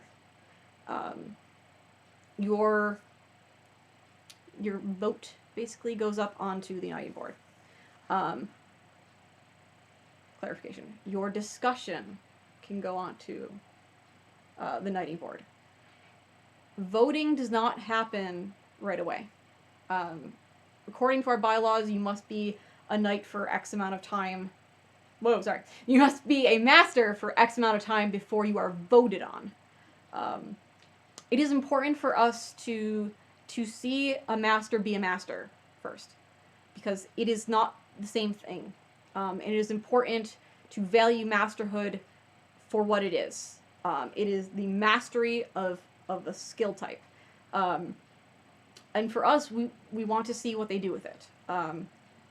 If they are teaching a whole bunch, they are spreading that knowledge, they're taking on students, and they're spreading the wealth, and they're still serving the game. Maybe they're volunteering for things, right? Like, we want to make sure that we are not backing what is referred to as a suitcase knight. A suitcase knight is a term for somebody that gets their knighthood and immediately quits the game because they feel they have won the game. Ooh, you don't win this game. Not like that. Knighthood is not the end of something, it is the beginning. It is a beginning of a very different way that you participate in this game. It is a very different position and a very different duty to your community, to the game, to its players. It is not a decision to take lightly, because it is essentially, for the rest of your career, you have decided to serve this game and its people. It is not just an award. It is not just a title. It is a position of service. And you have to be able to give of yourself, and be willing to be out there. And everything you do is judged with a fine-tooth comb. There'll be you'll mess up because you're human, and somebody else will mess up in the same exact way, and the comment you'll get is, yeah, but they've just this, but you're a knight, so that's unacceptable for you. You also can lose your belt. If you prove that you are not knightly of character, you can lose your belt. It is not a guarantee that you've got this for life. Every day is, you need to prove to yourself and others that this is, that you are worthy to wear the white. It is a lot of pressure, and it is a lot of work. And I really suggest you do not take it lightly. And dear God, if you're only doing it to be able to play Paladin, Anti-Paladin, steer clear. And it is not the thing for you. Because I've heard that so many times. That's really not what it's about at all. And it's important that you know fully what you're getting yourself into, in the commitment, in the work, and the stress. It's a lot.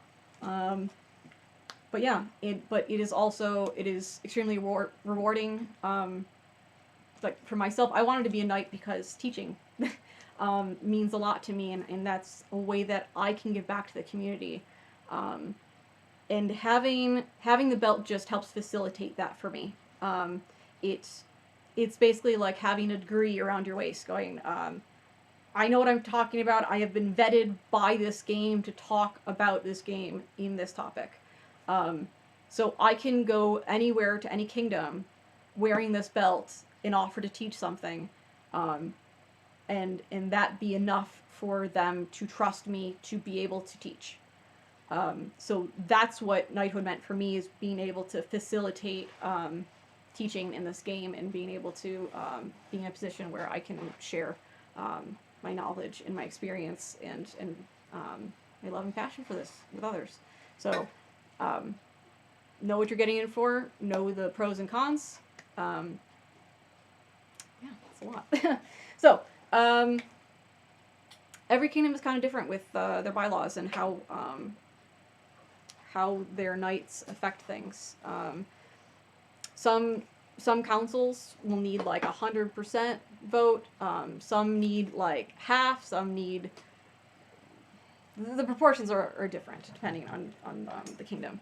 So ask. If you don't know, ask. But yeah. Also something interesting to note that a lot of folks don't know.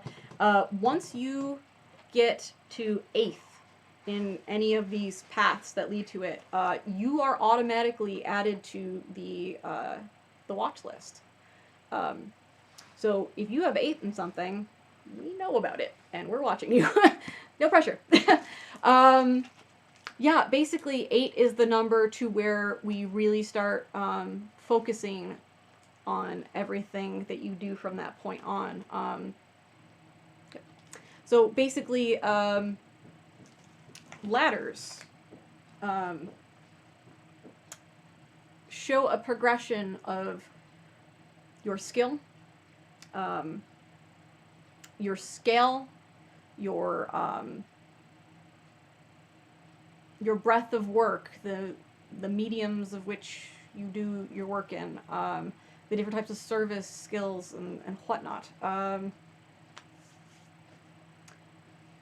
Your ladder should be going progressively up, generally speaking. So the higher you go up, it should be more. It should be harder. It should be cleaner. It should be larger in scale as you're going, but it's your ladder. Don't look at someone else's ladder and go, oh, well, I made this same exact thing and they got that for... Where's mine? No. That is not how that works. Your ladder is your own ladder, and it is based on your progression. I think that's kind of the biggest misconception with ladders, is your ladder is your ladder. My rope ladder might be a rope ladder. Yours might be 10 stepping stools on top of each other. Someone else's ladder could be monkeys that have, their arms linked up. There really is so many varieties of ladders. So it is important that you focus on your ladder. As it will also denote this. There are folks that will come into this game and start with a full plate of armor, a full suit of armor of plate, articulated plate. How do you go up front? Right, usually something like that would get subdivided into the smaller things, right? You'd get your first for greaves, your second for lighting's changing, and oh gosh. Getting dark out. But brighter in here. What's happening? Ghosts. So many ghosts. Sorry, it's super distracting all of a sudden. Yeah, so basically, you as an officer, when choosing the next order somebody gets, go to their work. Look at their previous work. See that it is going up in scale. Make sure that if you do not give them something, that you explain to them why. And that you explain to them what they can do to get it. What your expectations are for them. Sometimes folks just need a little guidance to know kind of what's in your head, what you see this level of award being. Because, again, right, it's going up in progression, but there's a little wonkiness, right? So if I have a really terrible thing, maybe it's just like hot glue mess of blah, and I make 10 of them, and I make then 30 of them, and then I like 150 of them. Oh, I'm doing more. But it's not getting better in skill, right? It's not getting cleaner. It's not, right? So it's not, both have to go together as you're going up. So there's still a general expectation of the lights are changing. This is weird. So many ghosts. There is sort of a expectation of the general level of skill in an area of your ladder. But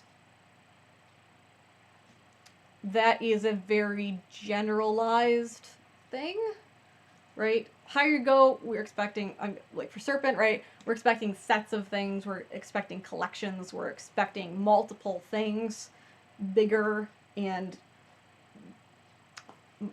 more difficult, cleaner. That your skill is getting better. That it's getting everything's just improving. You are just going up. So as officers, it is our duty to watch that, to know what has come before, that that you're not arbitrarily just going, yeah, that seems like a 6th. Just give them a 6th. Know exactly what you're giving out. Know why you're giving it out, and be able to justify that. Somebody asks you, hey, why'd you give that? You're like, well, according to their ladder, they did this through this, this. This is better than the last 2 things. It's a harder medium, it's more work, it's cleaner than previous things. That's why I'm giving it. You should be confident in what you're giving and why. And in turn, if you don't give it, you should be confident and explain why you're not giving it. If you're just like, I just didn't think it was good enough. Why? Why do you not think it's good enough, right? Have that answer. Be prepared for that. Don't make these decisions lightly. And remember that these are people. These are people that are devoting a great deal of time and passion and energy and devotion and all of that, very personal stuff to service, to art, to office, to martial skill. We as officers, awards can be a double-edged sword. They can be something that is very positive, an encouragement, a thing for you to strive for, something like doing a video game and you going, oh, I want to try to get this, because that's fun. But not getting something, getting overlooked, being too harsh on somebody can turn them away from doing things altogether. For artists, they might just start creating. They might get into such a rut that they stop crafting. We should not be killing folks' passion. That is not our job. We are here to support. We are here to educate. We are here to make sure that folks are getting recognized. And that's on us. That is on us for officers. Do the legwork. Do your research. And if you're not sure, ask. Ask. If you are a regent right now in the Principality and you're not sure if it should be this, or this award, you're not sure if this is appropriate at this level, come to me, please. Ask questions. I am here for you. I am here to assist in any way that you need. At the end of the day, the choice is yours. I'm not going to tell you, give this award. I can tell you, this seems good because of this, and this. This seems bad because of this, and this. But that choice is yours. I'm not going to tell you to give or deny an award. That is your choice. I can give you information, but what you do with that information is yours. So, please ask questions. If you're not sure, ask questions. Even if you are pretty darn certain, ask anyways. Having a second opinion is actually really useful. There have been so many times when I've been in office for other positions, and sometimes I think, wow, lights, ghosts. So distracting. The ghosts in this apartment are distracting with their changing of the light, and oh gosh, spooky. So spooky. So distracting and spooky. Why?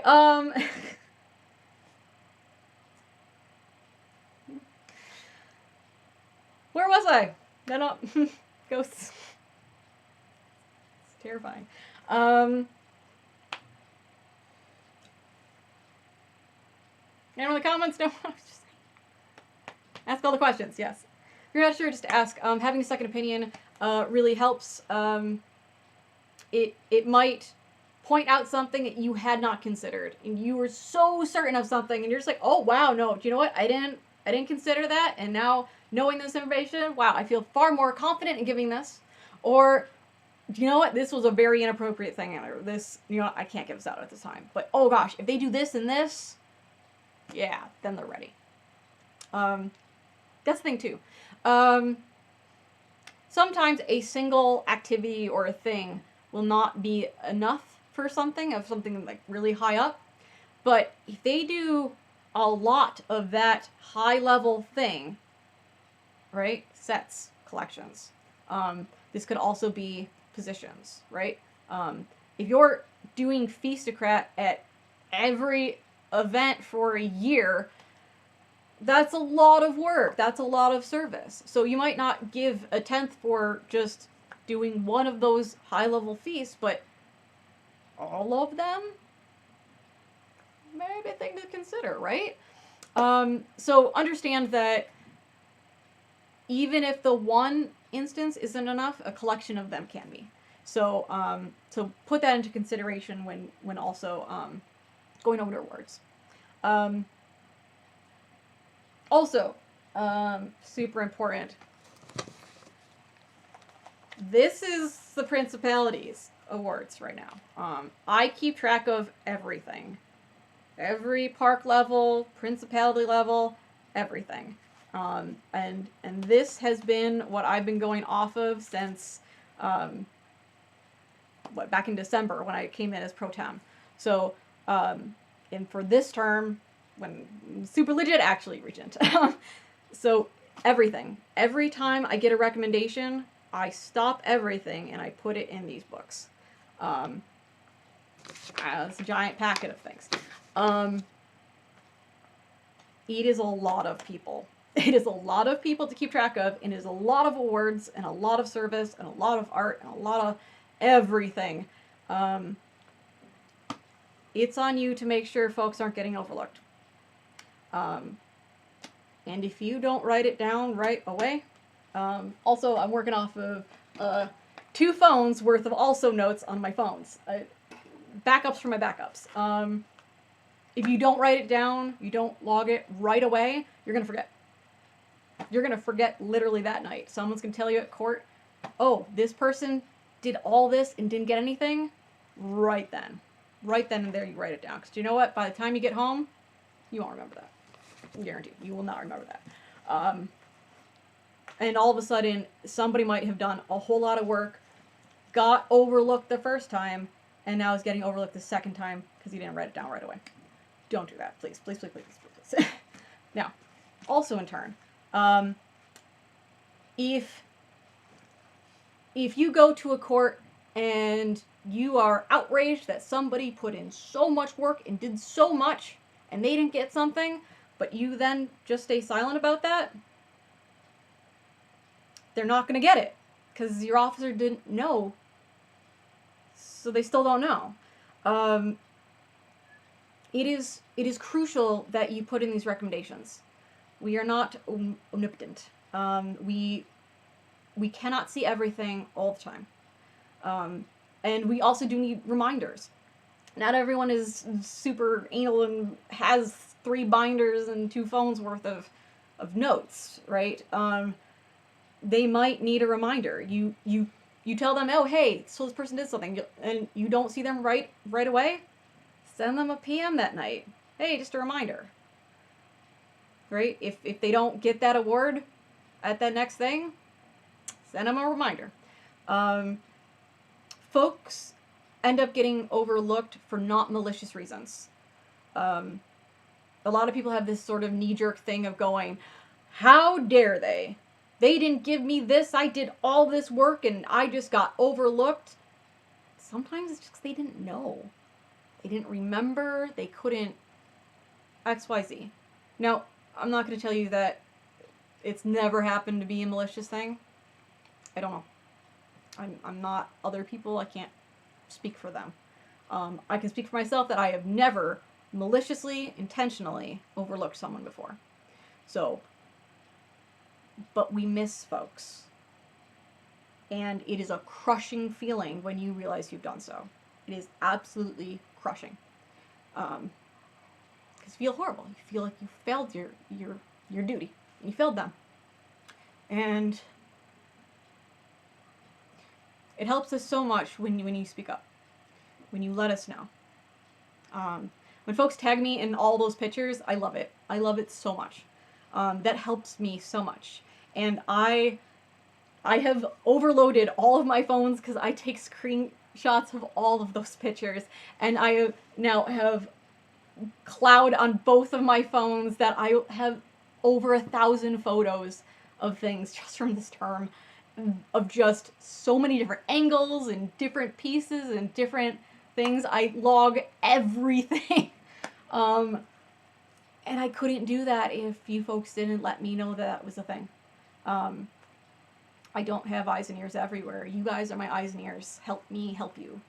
Now, also, we are, before I get into that, we have a survey for Crown Awards, and then we have a survey for regular awards.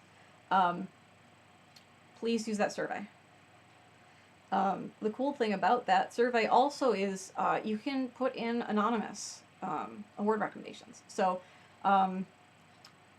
if for whatever reason you don't want your name on that, it's still information we really need. And we legitimately have no idea who sent them. We don't have any way to track that. So it is actually legitimately anonymous. I can vouch for that. So yeah, please use that. Use that. If you haven't received all of your crowns, or you feel like maybe you're missing crowns, do the survey. We have no idea how many times you have been in office, like the past 10 years. There are some offices that are marked on your orc, and most of them are not. So we have no way of actually knowing that. So the survey is absolutely critical if you want crowns. So the Principality Monarch needs that information to give those to you. Please help and send those. Yeah, we're at a good point to where we've done a lot. Our previous monarch has, the monarch before even, just put in a lot of work trying to get this system up to date, because we've literally changed across the game how we deal with crown knights. This is a completely different way of how we used to determine eligibility for crown. So this is extremely new. It's only started like in the fall. So we're not done. We're not done. So please send those in. Help your officers help you.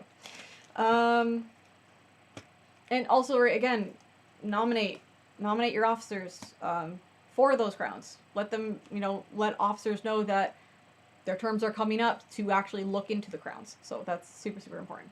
I'm going to see if there are some questions. Actually, real quick, so I just saw a corner of my eye in one of those. This is the next thing I was going to say, and I'm going to go and just make sure that it covers.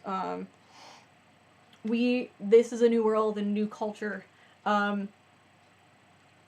We are encouraging you to advocate for yourself. Let us know what you do. If you make something, if anything, art, come to me. Let me know what you've done. If you've done any sort of service or office, go to our monarch. Tell him what you've done. If you've done a tournament, gosh, you're so noble when you fight. The awards that, we now have for champion that are being given out. Go to our Principality champion. Let her know what you're doing. We are trying to change the culture of this guessing game of We don't know what folks have done, but you're not supposed to talk about it, so you get overlooked. We want to give awards. If anyone knows me, I love to make it rain with awards, because folks have done amazing things and they should be recognized for their work. And when we are in the position to be able to make that happen, that's on us to do so. And we have the ability and we should be using it. So we're doing it. Right? This packet is just what's going down at mid-rain. Just mid-rain alone. Not to mention the crazy amount of things we're going to do for bonding. Right? We can't do that if we don't have the information. We need it. We desperately need it. So advocate for yourself. Talk to your local officers, right? Remember that Shire can give up to 2, Barony can give up to 5, Duchy can give up to 8, we can give up to 9, and anything higher than that, we have to go to Kingdom. So anything your park can't give out, up to 9, Principality takes care of. So for Shire, we take care of thirds. We take care of 3rd through 9, right? For Shires, and then 6 to 9, 9.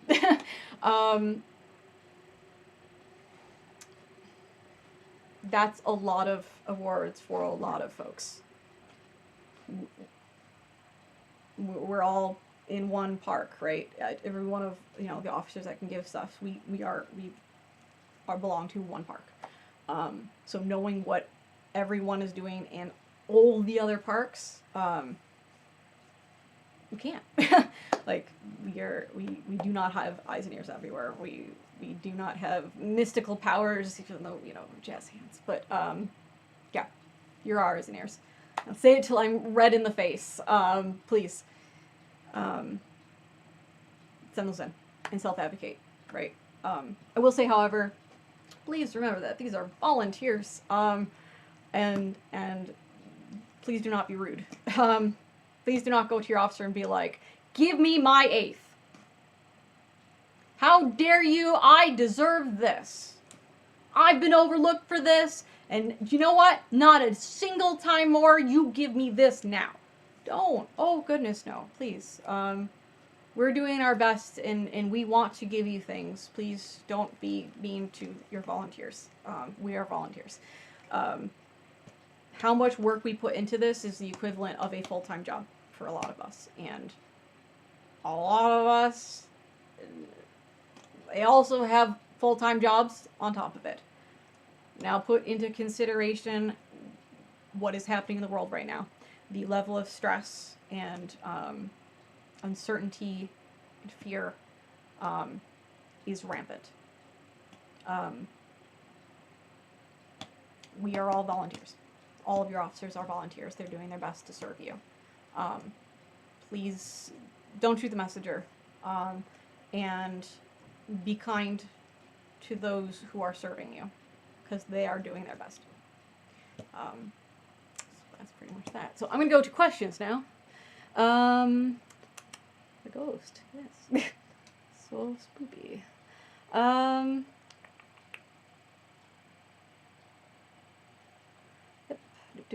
Yep. Trying to figure out what is a question and what is chat. Okay.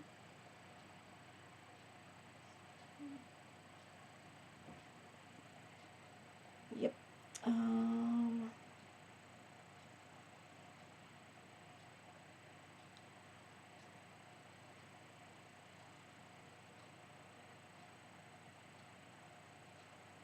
Oh, yep. I can super go over this one. Question is, I have a question under Dragon. It has artistically focused garb. Can you define that more for me? How does that differ from garb? Interesting fun fact. My 9th dragon was for a garb piece. For those that know the piece, is the pearl gown. It is 10,315 hand-stitched pearls onto it. So that. Plus, the whole thing, especially the train, has these intricate designs that all fit into themselves like a giant puzzle thing. And that is my own personal design aesthetic. I designed all of the images on there. I satin stitched, appliqued all of the images, and then I hand stitched pearls on top of the satin stitch. On top of that, I also had a pearl wire and lace collar thing. I had made a leather mask that also had pearls, which I didn't count those pearls into that. Yeah, there's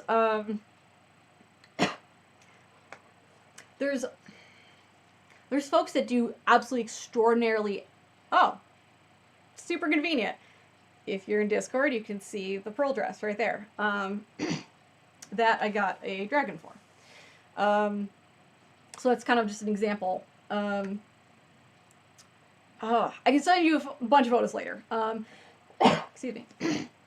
But yeah, so imagine doing a satin stitch applique, and you have a portrait. You have a full work of art. Just right. You have actually did a cloak once that was all satin stitch applique, and it is a full Arctic scene. So it had a sunset, and it had glaciers, and it had water, and there were tiny little penguins that were on all the glaciers. And then there's other things, they all different like positions. Some were just like talking, some were like diving into the water, and some were like in the water kind of thing. Like they all had tiny little seaweed eyes, right? But it was on guard. Now for where I was, I had too many dragons, I had too many garbers, so I didn't get anything for it, which is fine. The important thing is you don't. This is actually something from my other class. When you are working on your ladder, do stuff for the sake of the doing the stuff, not for the getting the award for it. You will cause yourself so much mental anguish if you only do a thing for an award. Awards are one of those things to where it's like, when you get it, it's like, oh, neat, cool. It shouldn't be I need this, right? If you attach your self-worth, your value to an award, it's crushing. It's crushing. If you don't get it, don't do yourself that disservice. Don't do that to yourself, please. We have enough things in this world that tax our mental health. Don't put that on you. And don't put someone else's judgment of whether or not you should have this one-off random piece of paper to your worth as an artisan, as somebody that is a volunteer, somebody that commits themselves to service or to martial. Don't let some random person, maybe a stranger, choose your value. Don't do yourself the disservice, please. Please, please, please. So, if you are doing something, you're making something, right? That piece was a commission. And it was a cool experiment to see what I can do. It was just, a person really liked penguins and gave me free reign to do whatever I wanted. She wanted a cloak, and she liked penguins. That's all I got. So, and I was able to make this crazy Arctic scene thing, and it was so much fun, and it was so fulfilling, and I got to learn new things, and I didn't need an award. The experience was an award unto itself. So try to grasp onto that concept as you're doing things. Do things because you will grow with everything that you do. You will grow with every experience. It's super neat to just try things and experiment and experience things, and just get better and better and better at what you do best. You can always learn. You can always do better. Take it from a knight. We never stop learning. Take it from Paragon. We never stop learning. A master. We never stop learning. Ever, ever, ever. We can never plateau with our ability and our knowledge. If you want to do better, you can. Just practice, put the time learn, and you will achieve. Yeah. Again, we're going to look to questions.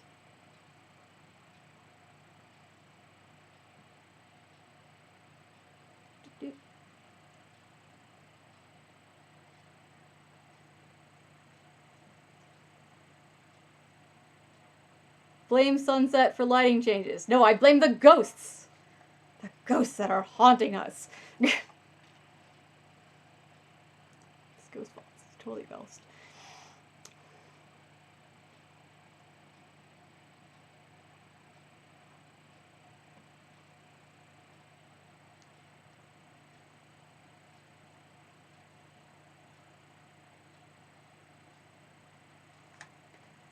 I'm just gonna read this because it amused me greatly.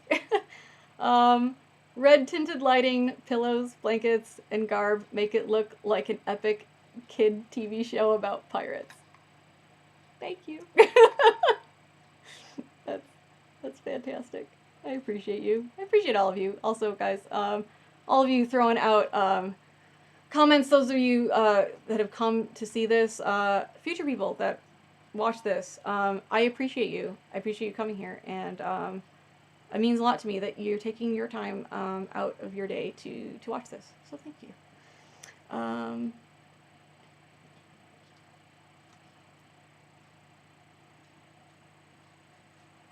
Yes, I live in the tavern at Linnegond. It's true.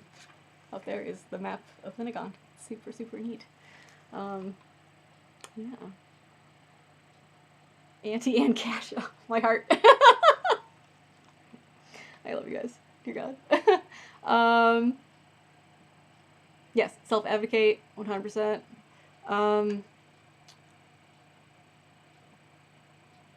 Yes, just note, you can recommend yourself in the Paragon Outreach Survey. Fill it out and let us know. Yeah, so the surveys that are going out for the Paragon stuff, at the end, it asks for recommendations. So even if the person that survey is about, the person that you want to recommend, is not in that survey, you can still recommend them in the survey. And you can recommend yourself in that survey as well. So read it fully, and give us info. We love info. Info is everything. Knowledge is power.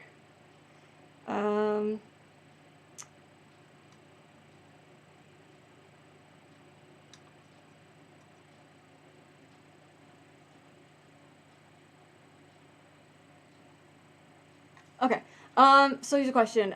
Can local monarchs give out crowns in the same number as other awards? Okay, so technically, yes. But, as of right now, Principality has been covering all crowns. It gets very confusing when local parks also are doing crowns, but then your monarch isn't giving themselves a crown, so some officers will have crowns and some won't, and then we have to figure out what you gave and what you didn't give, and then we have to make up for it later. I will tell you that it's all in here. I have been logging everybody, and then sending those to the monarch for his determination of whether or not he wishes to award them. But I have been asked to help with logging award recommendations, and I have been just every officer I've been going through and just writing. They have this many crowns. They have done the survey. This is the office they've done. Here are your options.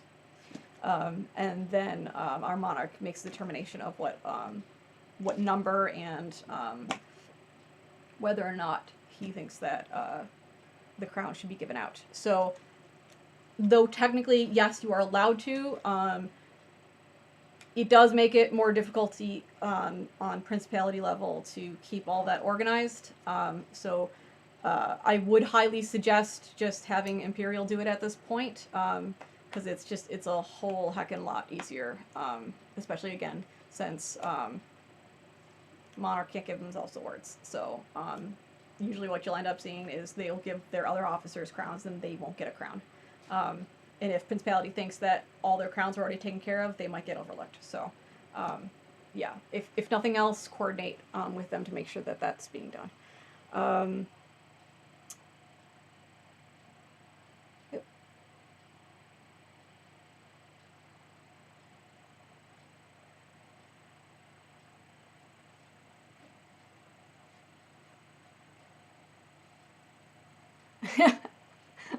What? I can't give myself awards. Pff, no fair. Yeah. So, yeah, you're not in a position to be like, oh, I'm going to be monarch so I can give myself all the things. That's corruption. Please don't be a corrupt monarch or a regent or any other office. Try to be good. But yeah, and folks, keep that in mind, that your officers can't give themselves awards, so they can go a whole long term with literally nothing, but still be producing, still be volunteering, still be doing everything that they would in other terms, but no one's nominating them for anything. And the number one who's getting overlooked is your monarchy. So it's, you gotta put those word recommendations in, please. Right, and for them, come to Principality. Let us know. Let us know so that we can make sure that they're getting awarded. Because we can give them those. Yeah, so please. Info. Why not? Because corruption! Don't be corrupt! Yeah, okay. Oh, I'm also gonna just, side note on, the taboo topic of buddy hookups. Let me just quickly cover that.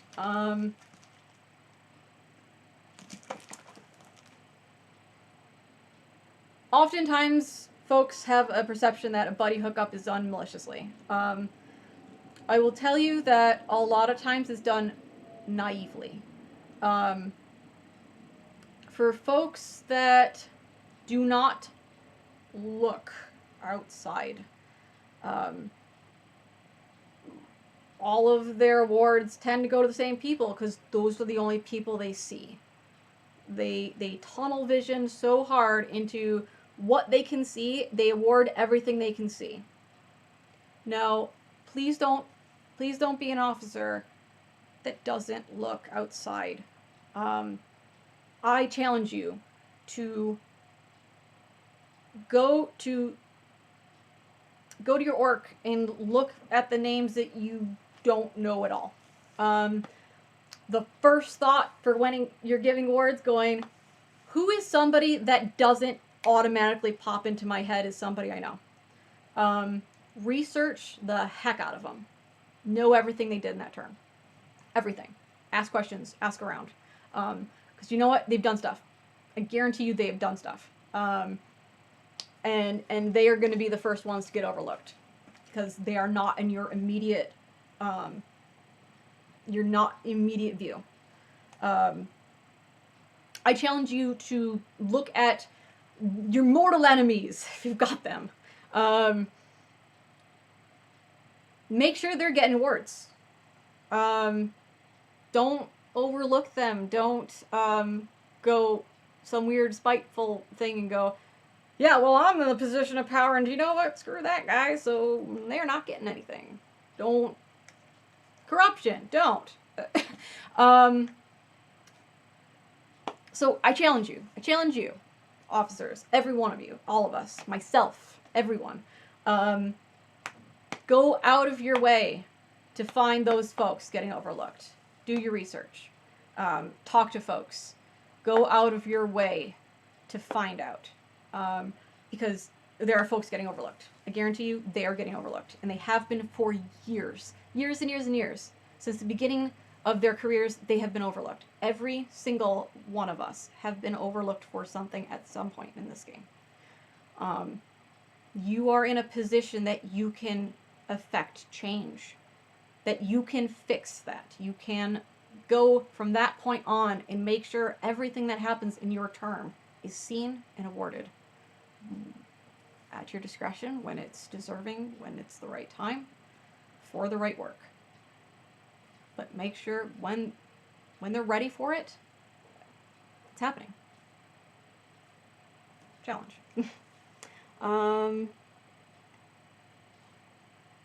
Also, just a side note too, buddy hookups are not going to help your friends.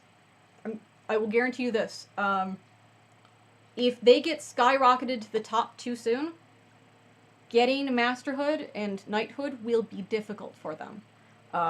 Because there will be more that they will have to do to prove that they're ready. So if you're in office and you're going, do you know what, this term I'm going to make sure my buddy who's been overlooked all this time, that's not going to help them.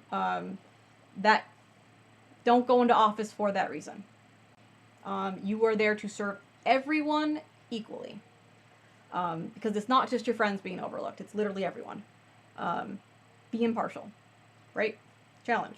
Be impartial. Serve everyone equally. Everyone. Your social circle should not impact awards. Who you see on a regular basis should not impact awards. Who you are close with, who you know, who you don't like, who you don't even know their name, shouldn't have any bearing on any awards ever. Completely equal. Challenge. Questions? Doop, doop, doop, doop, doop.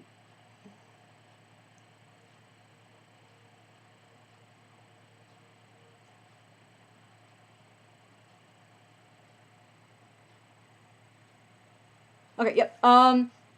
We can also recommend to parks to give awards if we are told and the park can give it. Yes. So, and this has come up a whole bunch. Because again, I have been tasked to assist with award recommendations. So, a lot of the award recommendations I have sifted through are not principality level. They are local level awards. So what I've been doing is typing them up and sending them to your officers. Again, this is not the principality is mandating that you must hand out these awards. Nope. Not how we work. We go, this is the award recommendation that has gone in. Here. Do with it what you will. It is still their choice. It is still their choice whether or not they want to hand it out. But any recommendation we receive is handed to local level. So even if you are sending an award rec in and it's something that we don't normally give out, it will get to the officer that whose territory it is to handle that. So send those in. Send them in because they are being looked at. They are being sent out. They're being taken care of. So, yep. And that's the thing too, right? If you have recommendations for other people in other parks, send those. You do not have to just take care of the folks in your own park, right? If you see somebody in a different kingdom even that is doing something, you're like, wow, that's amazing. Send them. I'm sure their officers would be happy to know what their folks are doing, especially if they're traveling up here and they do something. Yeah, let them know. All good stuff.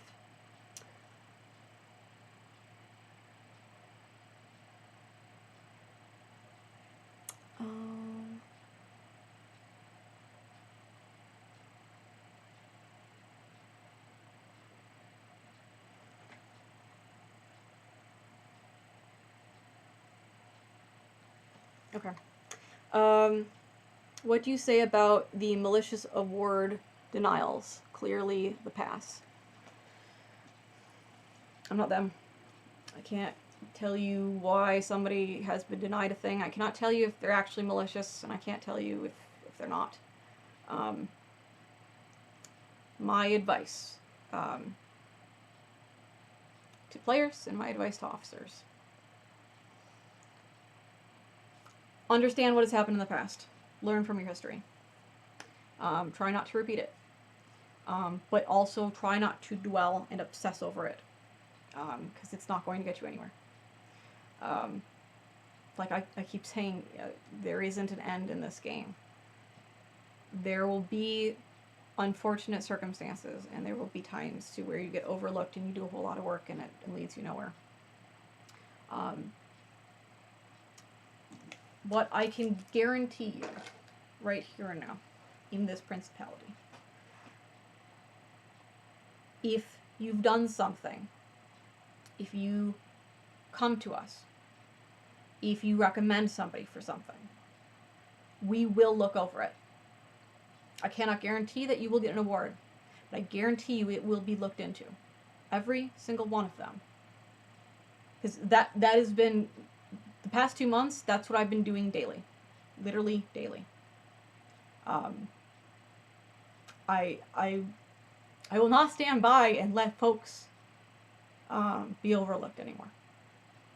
If I have the power to do something and I can point out what's happening, I'm going to do it. So on my part, that's what I can do. What I can say is, I'm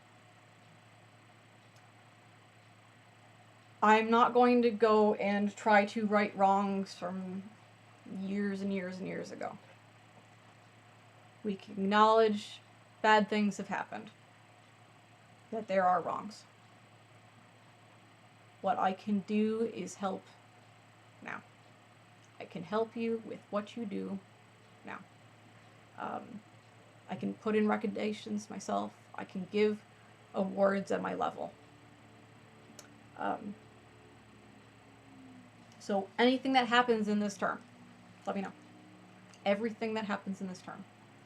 And I will do my best to get that to the right people. To the officers whose level it is.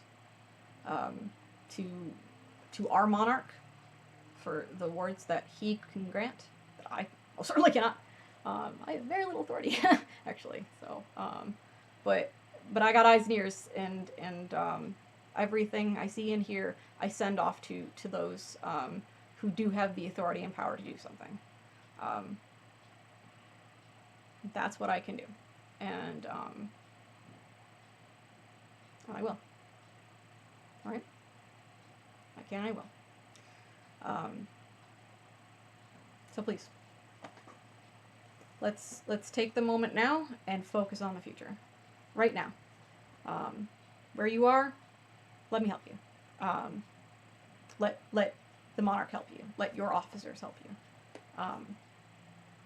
But if you let that past haunt you, you're not going to grow. You're not going to find the passion in this game. You're not going to find the fun in awards. You're not going to find the fun in doing the things, right? Again, you do these things because you love to do these things, because they're learning experiences, because they are experiences. So don't focus on the slight 5 years ago. Because you will make yourself mad. You will make yourself devastatedly depressed, anxious and worried, and don't do yourself that disservice. So, here forward, okay? Let's go forward. Questions?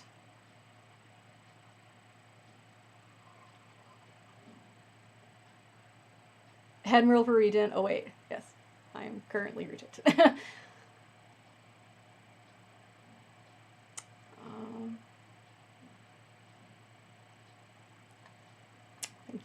Thank you for coming. I appreciate it.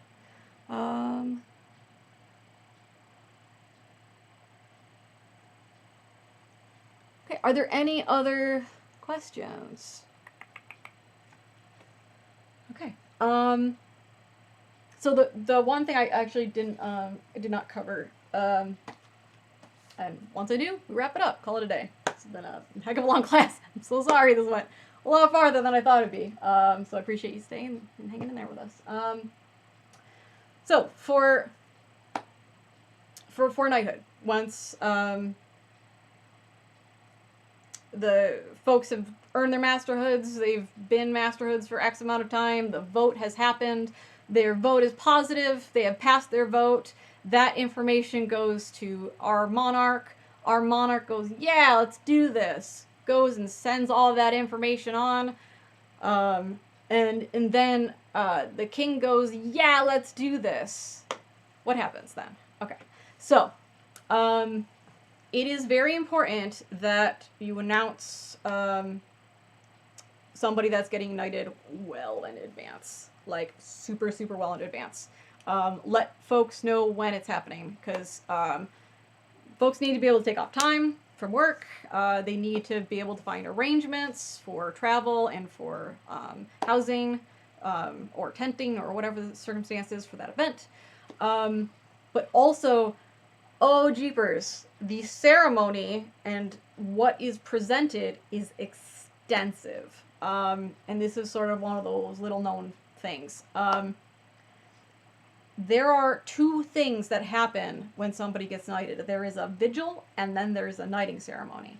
So both need to be planned. The vigil is a very personal thing, and it is dependent on the prospective knight what they want their vigil to be. Sometimes it is super, super historically classic, and it is a knight that will go into a place by themselves, and they will meditate all night long. And that's their vigil. Other nights will have a bardic, and it'll be a celebration of just having everyone there. It's a positive, just community thing. Other folks will have, it'll be sort of a split the diff, and you'll have just kind of a group setting, and folks will come in and give you advice, you the prospective knight, right? And well wishes, and it's just a one-on-one thing. My vigil was on a pirate ship, and it was amazing. It was a lot of question and answer, and then we sang shanties, and had a whole bunch of fun on a ship, and it was crazy and amazing. And again, my knight, Sir Diana Starfall, too good to me.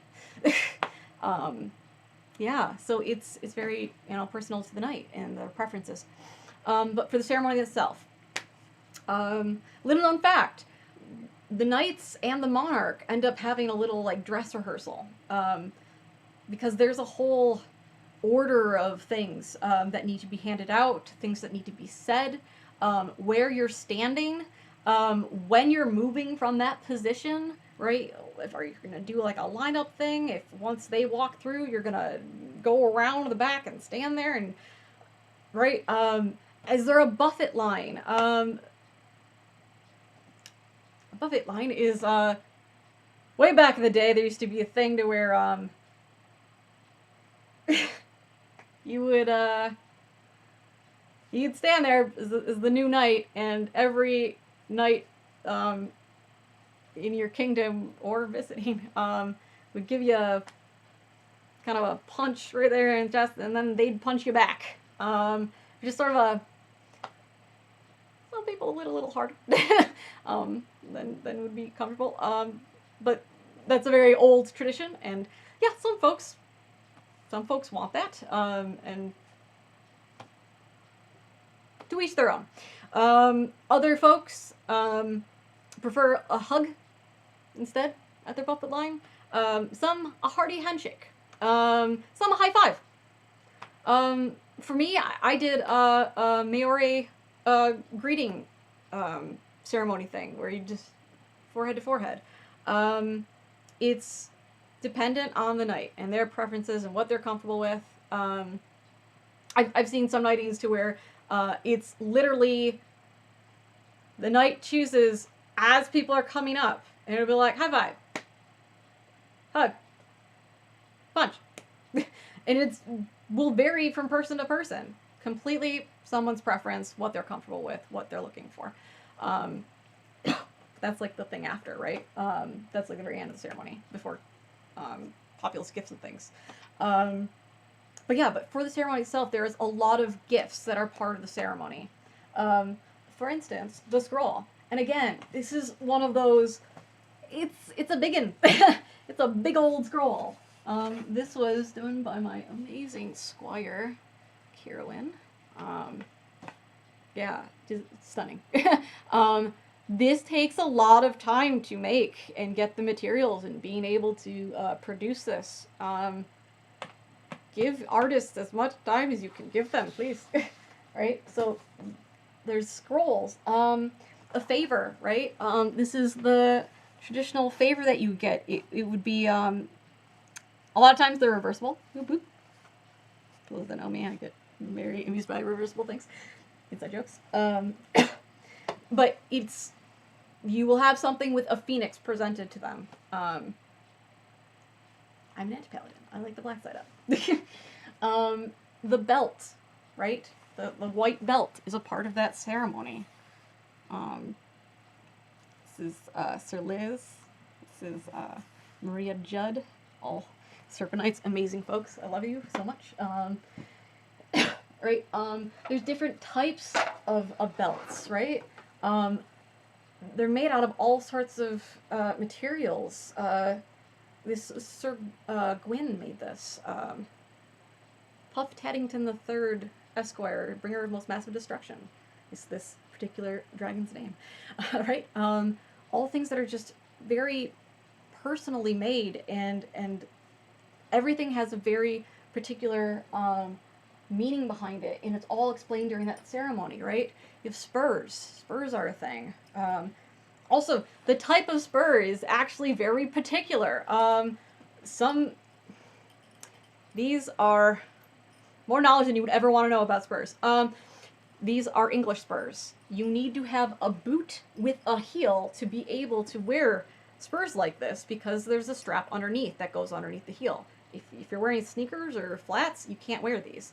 So you would need Western spurs for that. So again, you need to know what their preference is to be able to produce the right gifts for them. Unadorned chain, right? CC made this one. Again, these are all particular things that need to be crafted and planned, and who in all of Amtgard will be making these super personal gifts takes a lot of time and determination to figure out the prospective knight's preference of, this would mean a lot if this person made this. And then folks that, for those that they don't have any preference, there's folks that call dibs years in advance. And you need to know that and figure that out and plan with them and see if that's still the case. A kneeler has to be made, which is, should have grabbed it, it's my room. But it's basically a pillow that the knight kneels on during the ceremony. And it's usually has like their heraldry on it and stuff. Like, everything's very, very personal and everything's made, right? For the most part. The sword. You actually get knighted with the sword. Getting the sword can be quite a thing. Swords are expensive. Swords are very expensive. So a lot of times, like, I've seen a lot of times where, like, family members or company mates or things like that will all pitch in for the sword. That all has to be coordinated. Some folks can make swords, like legit steel swords, and will actually craft swords for the ceremony. All of that has to be organized. If you give folks a month to prep for that, it's not going to happen. I'm gonna tell you right that it's not going to happen. There's too much. There's too much that needs to be organized. There's too much that needs to be there. That's not even all the gifts. That's literally not even all the gifts. That is a handful of things. And those are ceremonial gifts. So they're part of the ceremony. They need to be there. It's a lot. It's a lot of stuff. Give your artisans time. And know everything that needs to be handed out. Know everything. If you don't know, ask. Right? Don't make assumptions. Don't try to guess at it. Again, these are things that could be 10 years in the making. These ceremonies and wards and things, like,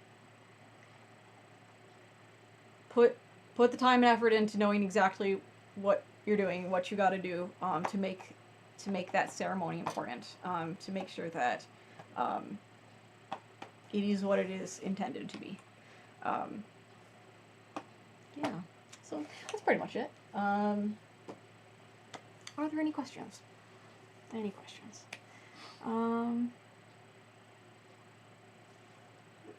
Just scroll up.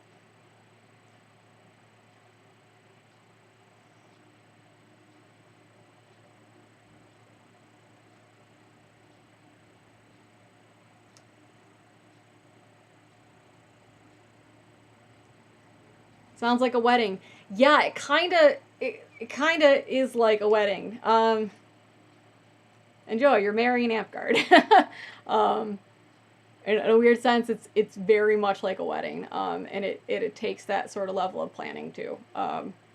It's also, right, so sometimes you have decorations and like banners and all things that, there's so many things that need to be made. But yeah, it is a very intense thing that takes a lot of coordination, a lot of gifts, and a lot of folks from a lot of places coming in to celebrate that moment, and it's a lot. It's a whole heckin' lot. So yeah, time is crucial.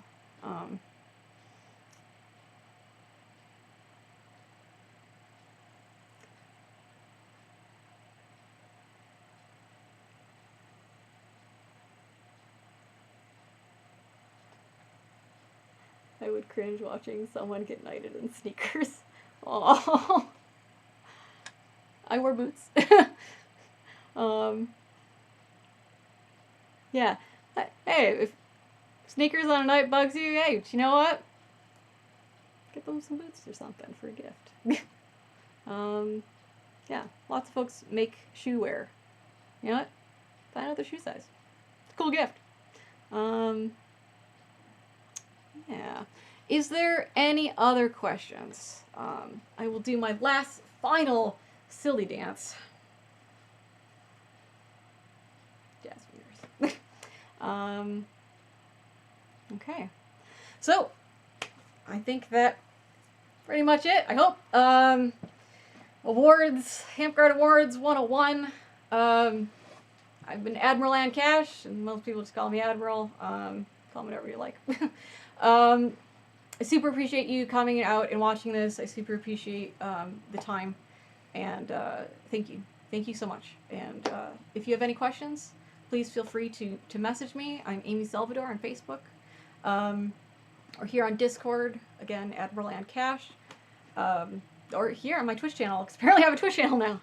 It's neat. But yeah, so that's pretty much it. If you have questions, let me know. Stay safe and take care of each other.